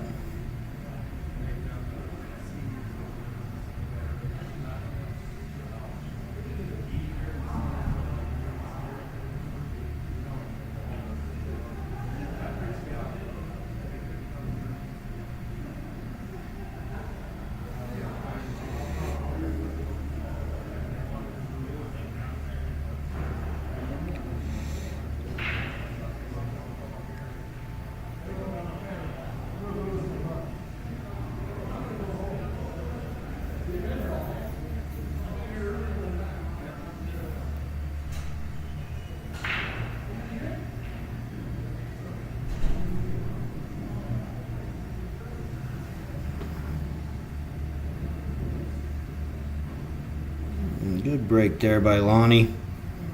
3 ball down. 8 ball down. 9 ball? 9 ball down, yeah. 3 balls on the break for Wyoming there. Good snap off by Lonnie. Sean in a bit of a tricky spot here with this 1. Gonna possibly be looking at maybe banking this one. Coming around for the 2. Just going to call that side pocket. Gonna have to put some punch on this one and come around 3 rails. Doesn't find it, but going to get a bit of a roll here. Rolls up behind the 5, so yeah, boys from South Dakota, he's going for the jump cue, which I think is doable. I think there's enough to work with there without finding the side pocket if he's able to put enough spin on this one to keep it away from that side, but he's going to be flirting with it. I like the kick shot a little bit better on this, but that's just me. He's going to go for the jump. Makes good contact and just about makes it. And that brings Lonnie back to the table here with a makeable 1.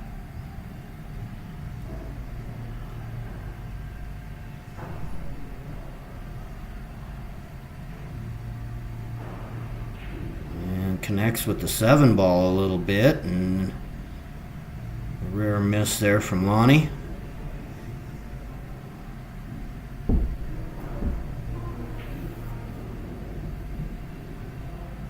So Doug back to the table here for South Dakota, and good look at this 1 ball here to cut it in. Just wants to put pocket speed and come off the rail, hold it for the 2. He may come across 2 rails though. He has that option as well.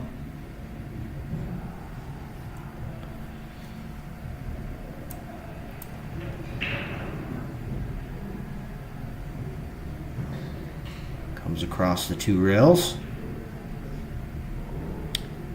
Good look here for Sean for the 2-4 combo. Just got to be careful with your speed on this one, just enough to get the 4 in. Hits it a little hard and hides it behind the 6. That's what he wanted to avoid. Catches that rail first, comes off the side of the 4, puts that one behind the 6. So Doug here with a makeable kick shot. Gonna want to find the rail first on this one. Gonna want to kick and find the rail. Either nudge that 2 into the 6 towards the pocket, or catch that too thin and come out for the 5. Either way, it's going to be tough to get over to the 5 from here. Going to be real tough. He's going to call the pocket.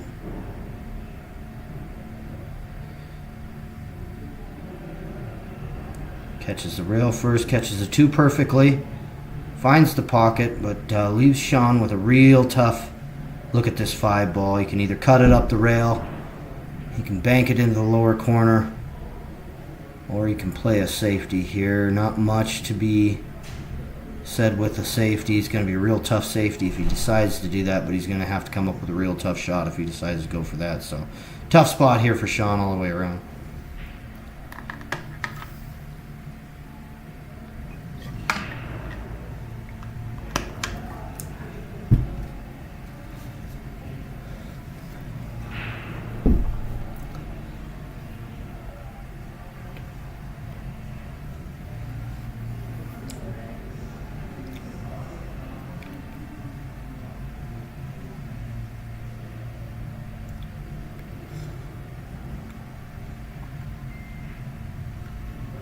Goes for the shot. Catches a little bit of the 5 on the way back down. And hard to see if that 5 passes the 6. He's going to go ahead and call it. He's going to go ahead and call the combo. So he's going to play the 5 into the 6, call the combo here. Another touchy shot. Doesn't want to hit this one too hard or too soft. Doesn't want to get in between. You either want to bring that 5 back off the rail and the cue ball down for the 5 in the opposite corner, or you want to hold the 5 there for the same corner.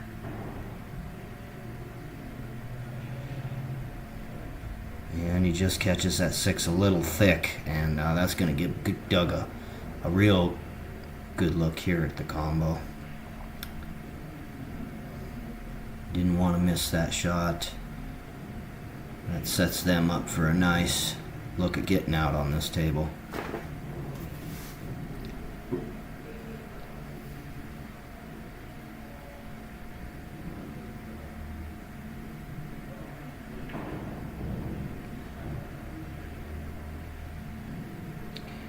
Sean pulling that one back towards the middle of the table. Good position here for Doug on this 7 ball. Should be able to come around. He can come around 3 rails for the 10, or he can draw off the 7 back down for the 10. And looks like he's going to be drawing.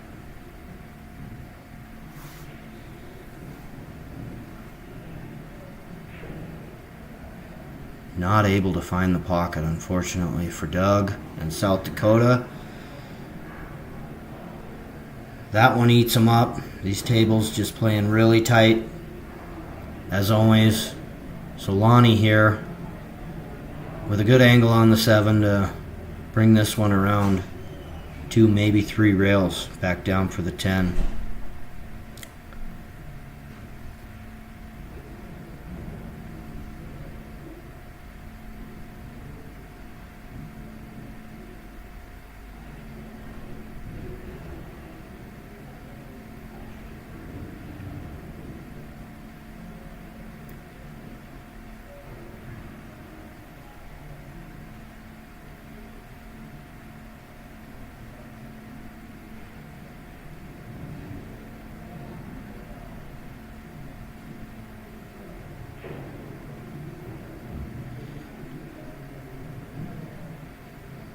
Lonnie putting a great stroke on that one.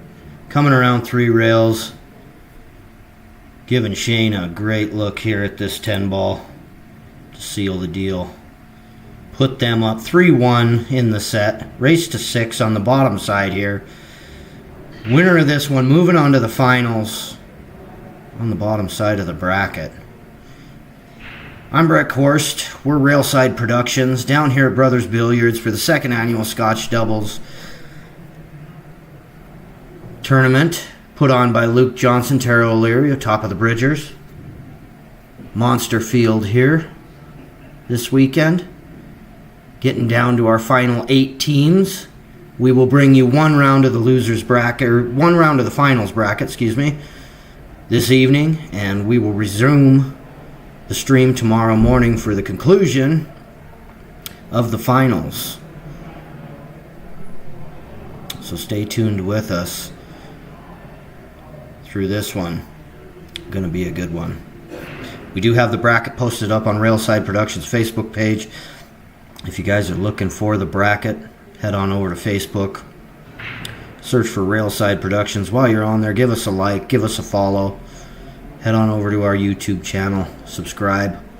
Helps us bring you more content, better content, more quality content. We appreciate all the help.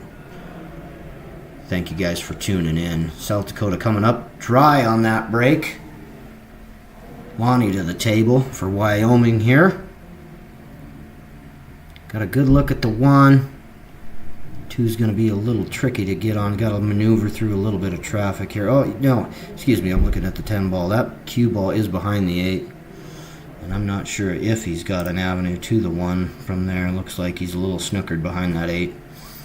So, yeah, he's in a tough spot here. Maybe looking at a push out.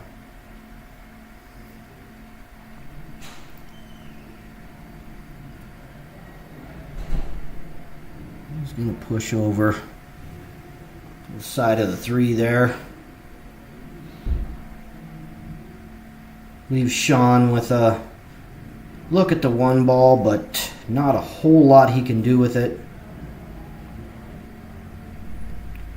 Only makeable shot, he's got a very thin cut on the 1. If he wants to try and pot it in that corner, he's got a back cut on the bank, but probably going to be looking at some type of safe here. More than likely.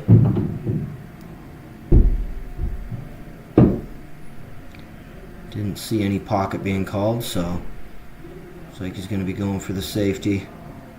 Might have been going for the bank there. I didn't see him call the pocket, but he's handed that one over to Shane and given Shane a makeable ball here on the 1. Going to be a little tough to work it over for the 2. Hard to see with the angle that he's got if he can. He's going to play it off the short rail back up for the 2, or just pushes it forward, and he's going to put himself right behind the 5. Puts Lonnie in a tough spot here to get to the 2, so didn't do Lonnie any favors on that one. And Lonnie going to kick at this 2 ball. Gets the hit. It's going to hang that one out there. Doesn't look like it passes the 5, but he's got a thin cut on the 2. Combo the 4. Might be able to come off the short rail and get a little breakout on the 3 too. If he's able to. Touchy little shot there. Be able to do that. I think you play that with a little left.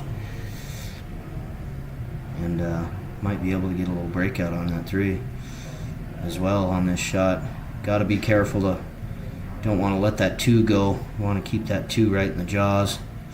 Want to hold that in that side pocket so you got a shot afterwards, but got an opportunity here to get a little separation on that 3-7.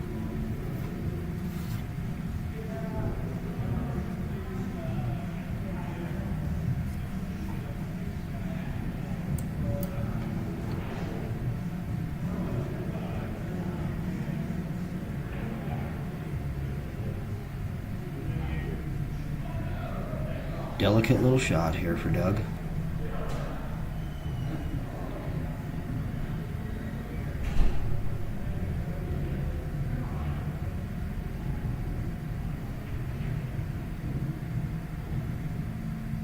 Plays it with some speed, misses the breakout, pockets the 2 in the corner. Had the right idea, just not quite able to execute, and Sean back to the table. He's got the 3 ball here. He's going to probably just try and push this up onto the 7. And he does nicely. Plays a good safety there, able to find a rail. And leaves Shane in a bit of a tricky spot here. Not able to go down off that short rail by the 6, so he's going to have to kick off the long here just to get a hit. No call. Finds the hit. Gonna find the pocket on the 3 ball. Might have shot himself in the foot there. I'm sure. Looks like they may be giving this one back. I think they can see a piece of the 5. We'll see what Doug decides to do. Doug and South Dakota decide to do here if they're going to take this one on. Looks like he's going to take it on. He's got enough of the 5 here to play a good safe, I believe. Drives that one down table, trying to come up behind the 6 and 8. Runs into the 8. Wanted to hide that a little bit more behind the 9, but with that bump into the 8, kicks the 5 out just enough here for Lonnie to see it. And he's looking at the cut into the corner. I think he's got a good opportunity at this ball. I think he can, if he can slide it by that 8. This is a makeable ball with good leave on the 6. Lonnie putting a great shot on that one. Catches just the corner of the side pocket there, and good shape here that he gives Shane for the 6 ball. Out enough of the rail for Shane to just put a little low, try and draw off this a little bit. Got to elevate up a little bit. Shane putting a good stroke on that. Draws it with a little angle on the 7, and Lonnie in the driver's seat here just to run this one off the short rail and bring it back down for the 8. Comes right around the 9 nicely here. Good shape for Shane on this 8 ball.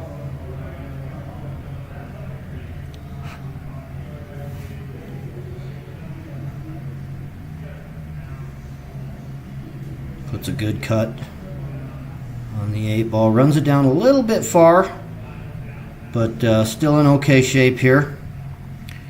Lonnie going to run this one down off the short rail one time, back up for the 10.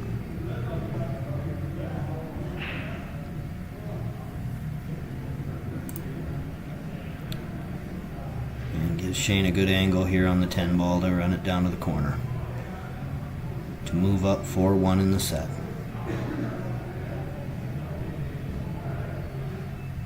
And they find it. Wyoming moving up 4-1 in the set, race to 6 on this bottom side bracket to get to the finals of this Scotch doubles 10 ball tournament.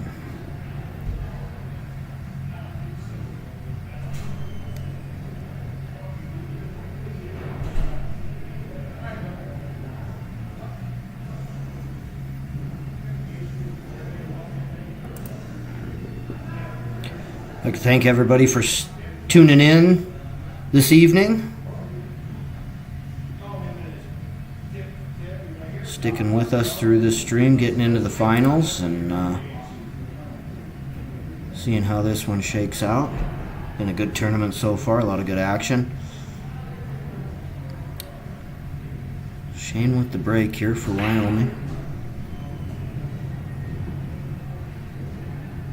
5 ball finds the pocket.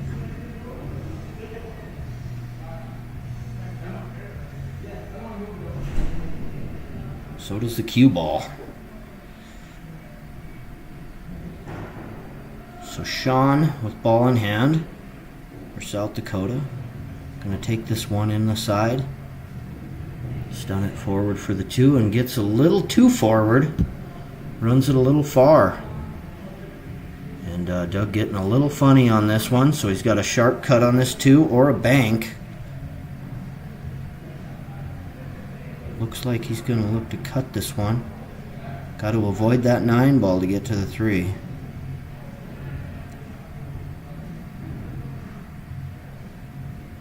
And he avoids the 9, but he runs it up too far. Gets behind the 8.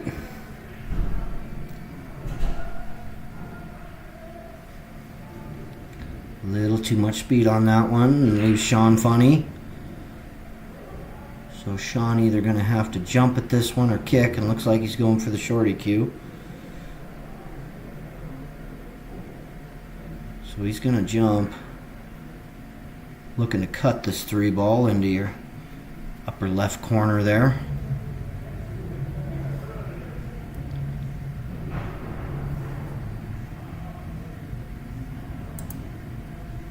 You can see the tight angle on that one.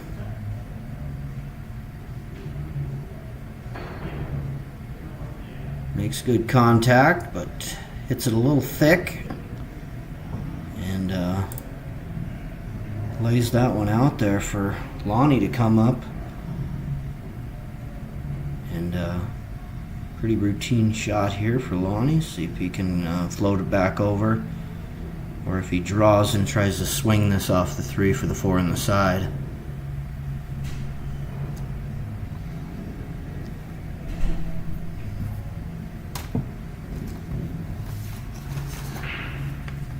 He's going to play it forward. Comes around 2 angles, and that's what he wanted to avoid, was getting in between. And he put that one in between.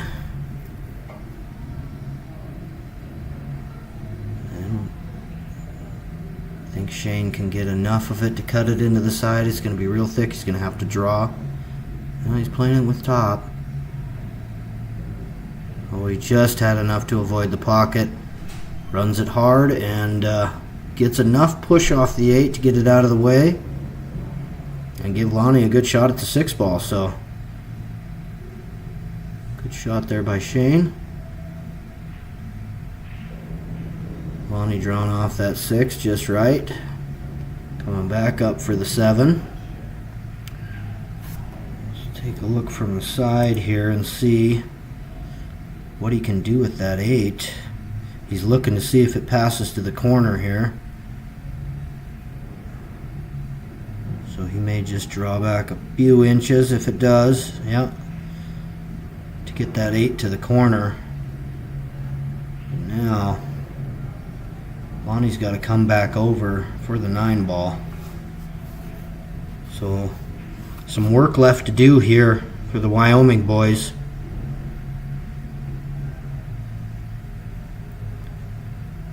Gonna have to put a pump on this one if he wants to get back over for the 9, or if he's gonna jack up and draw it. Looks like he may be looking at, well, he's gonna call the bank. So he's just gonna look at banking this 8 and drawing back for the 9. No, more of a safety than anything, but doesn't find a rail. So gives South Dakota boys ball in hand here with 3 balls left to get out on this table. Todd in here? No. Todd left.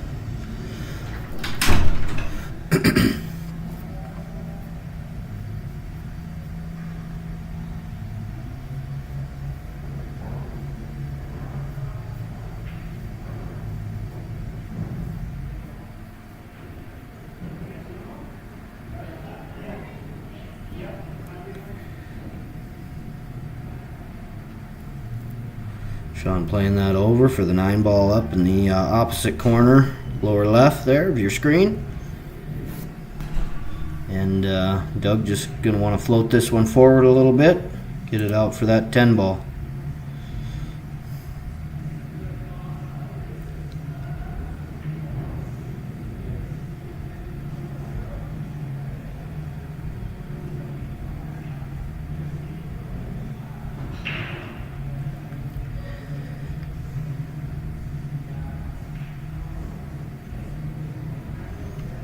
South Dakota narrowing the lead in this one, 4-2.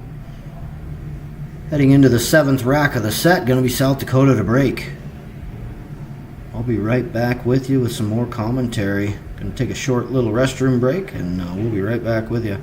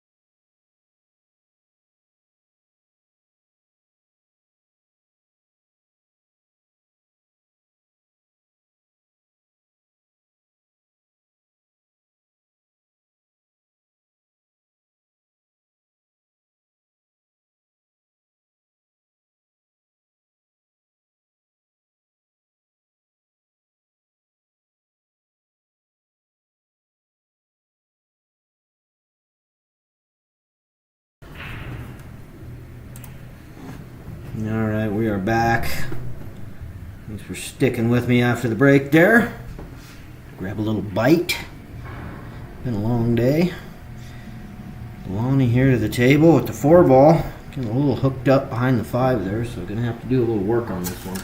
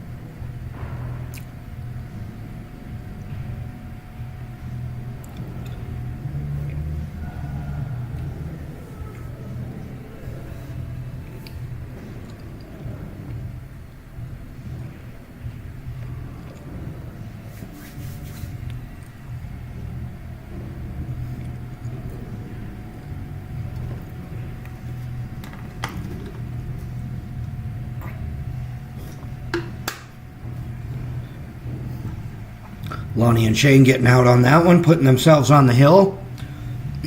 Moving up in this one, 5-2 for the Wyoming boys. And it will be their break.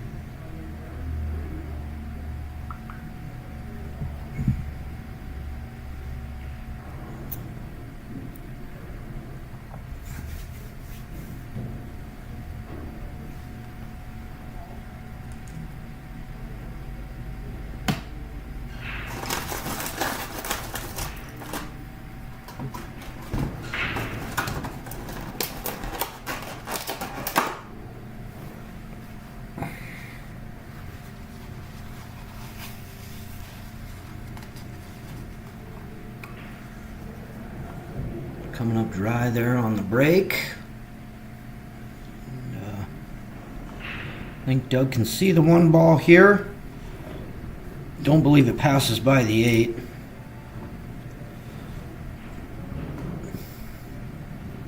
Probably going to be looking at a safety here. Could possibly combo it.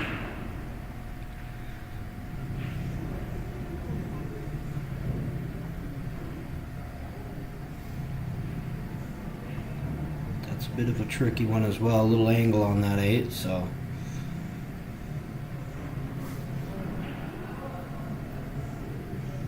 Just going to think about this one for a minute.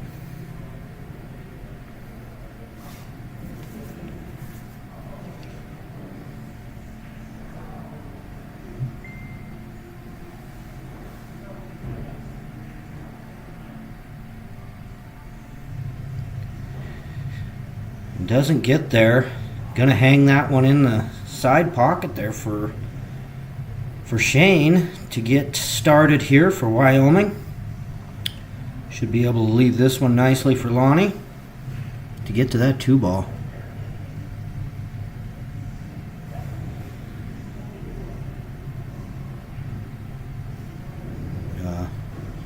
Gonna be a little tricky here to get down to the 3. Pointing on the table there where he wants to bring this one over, so he's going to draw this across, try and bring it over for this 3. Rattles the pocket. Would have been great shape there for the 3, but just not able to find the pocket there. And Sean back to the table here for South Dakota, trying to stay alive in this loser out match here with the Wyoming boys sitting on the hill 5-2.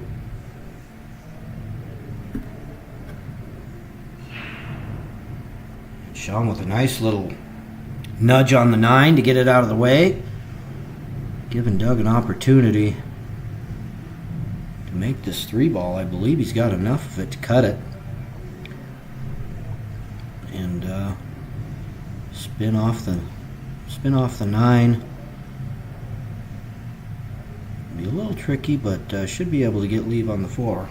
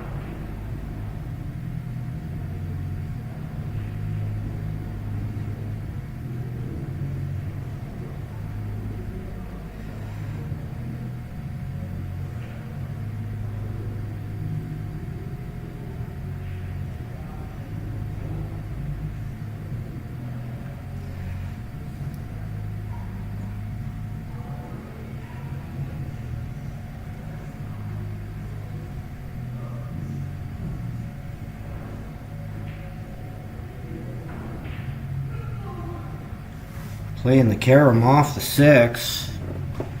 Just narrowly missing that one. Solani back to the table here with trying to finish this one out for Wyoming. Good cut on the 5, back up for the 6. Good shape here for Shane to get to this 6 ball.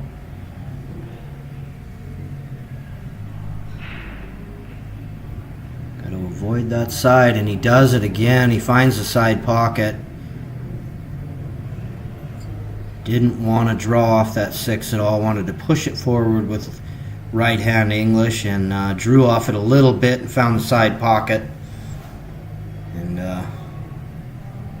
Doug and Sean here for South Dakota, staying alive.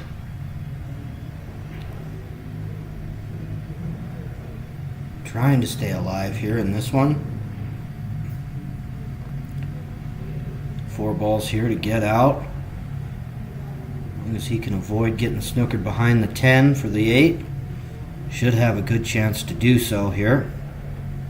And just going to play off the side of this 7. Watch out for the 10. Doesn't want to hook up behind it. And I think he just narrowly missed it. Kept it up.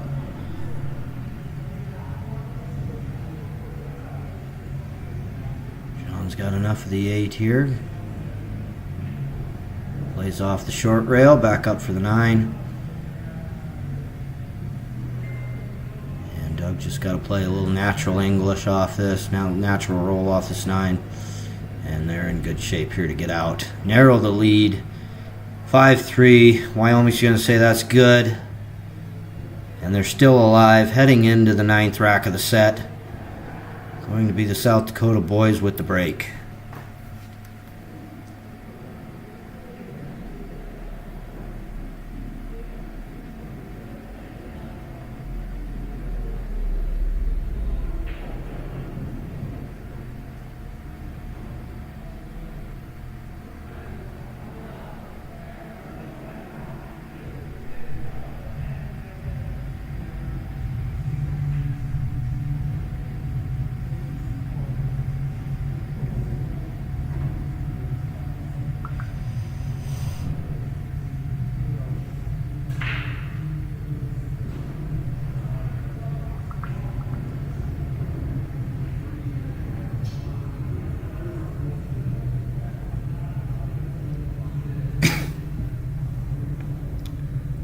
Good break there for South Dakota. 2 ball down, 5 ball down, 7 ball down. And pretty open table. A little bit of trouble with the 4-9 there. But if he gets the right spot off this one, he can go off that 3 and get down for that 4 in the bottom right corner. Leave himself a little bit of angle here. Wanted to come up a little bit further than that, but I think it's doable. You can also run into the 4 here, or run into the 9.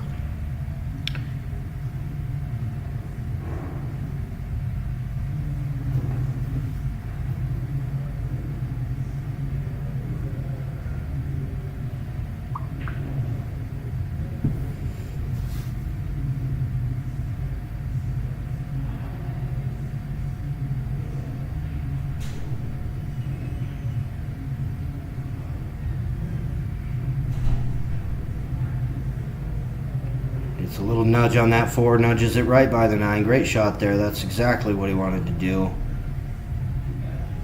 And gives Doug a good shot on this 4 with a little bit of angle just to draw off, take the 6 on the side.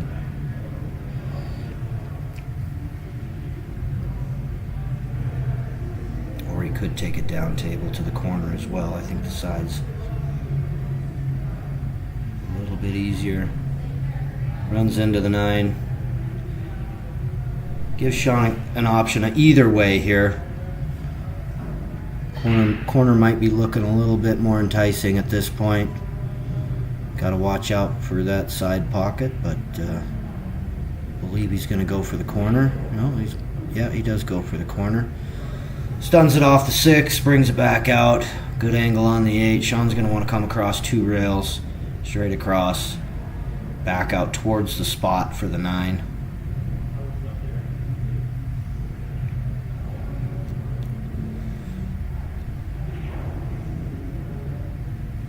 Has to be very careful here on this shot. Give themselves a chance to put this match within 1.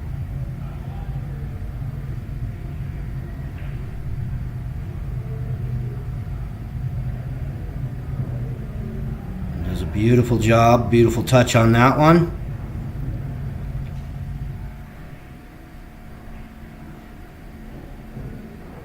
Gives Sean a great shot here on the 9, just draws off it, and Doug in great shape here to put this one within 1. Closest they've been in this match, 5-4, heading into the 10th rack of the set. Wyoming trying to finish this one out after a strong start, but South Dakota coming back within 1 for this loser out match. Winner trying to move on to the finals.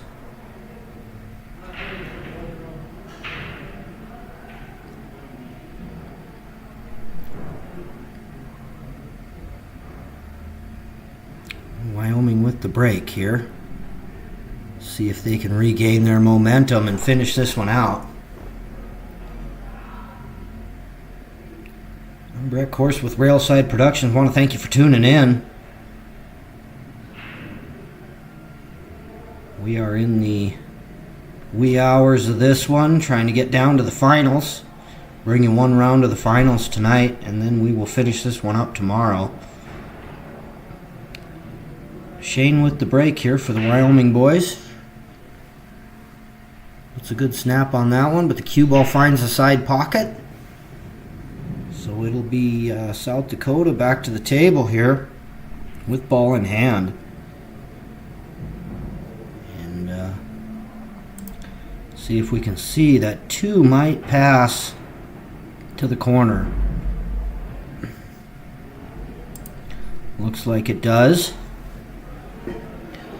So South Dakota taking a quick little restroom break. When they get back to the table, they will have ball in hand on a pretty workable table here. So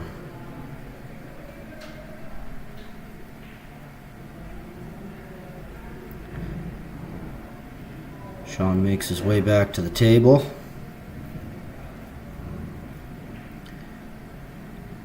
Assesses the 2 ball, and he's going to get started going to work on this one.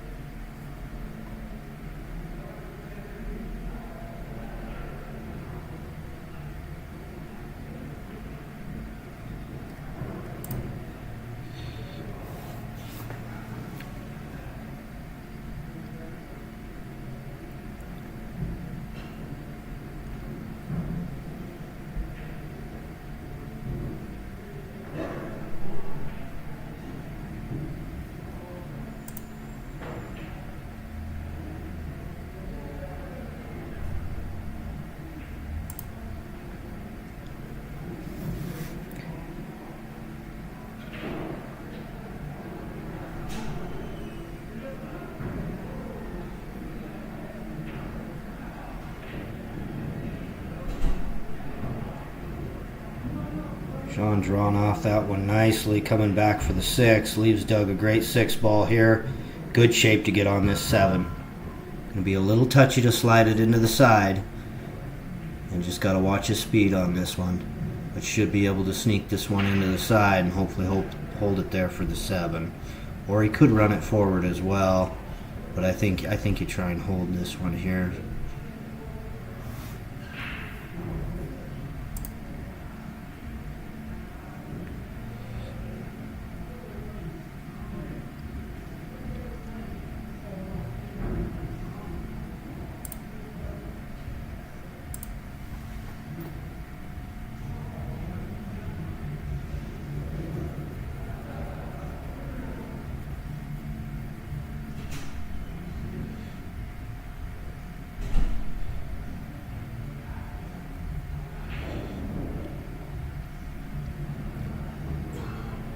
Plays that one with great speed. A little bit of angle on the 7, but Sean's in good shape here.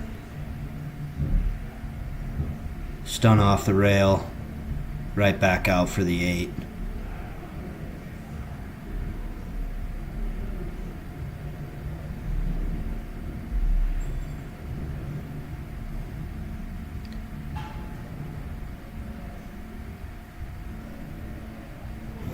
Just wants to bring this one over towards the rail, just off the rail, leave himself a little angle off the 9 to come around 2 rails for the 10.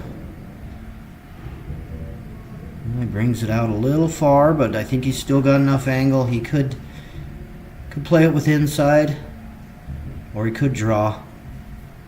Looks like he's going to play it with inside.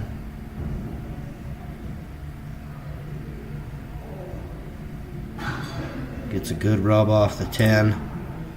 And straight in here for Doug. South Dakota coming back from 5-2 deficit, I believe. Might have even been 5-1. Well, I think it was a 5-2 deficit. But coming back either way, tying this thing hill. Trying to stay alive, get themselves to the finals. And move on in this one.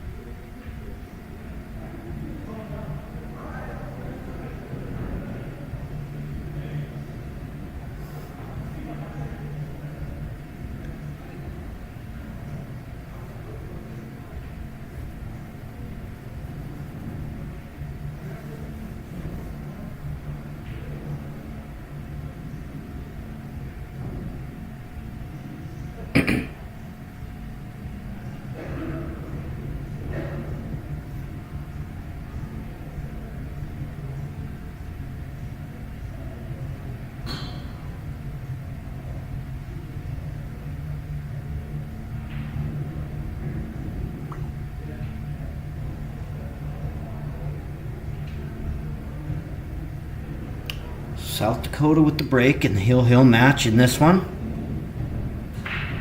to decide who moves on to the finals. Able to get the 3 ball down, and I think he's got to look at the 1 here. I believe it passes by that 6, and just got to float that one forward for the 2. So we're sitting pretty here, pretty decent table. A little bit of trouble with that 10-7.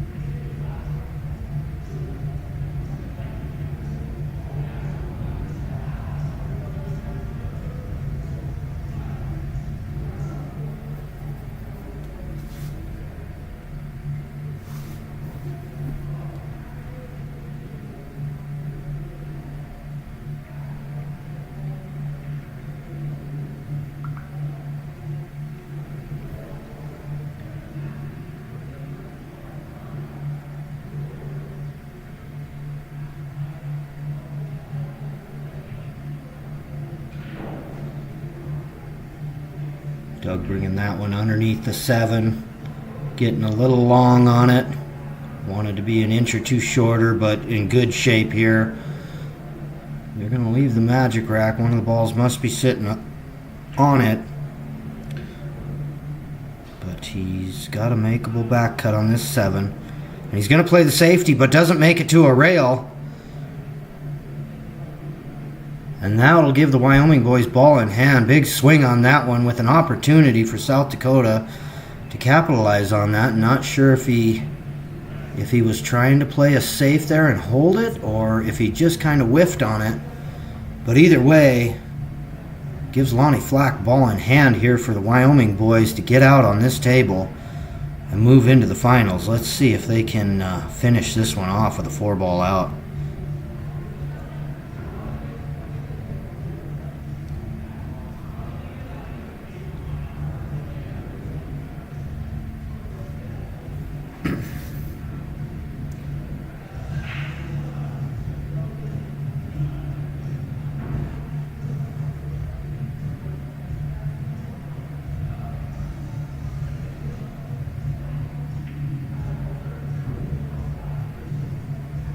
Sean coming around 2 rails off that 8 to get to the 9.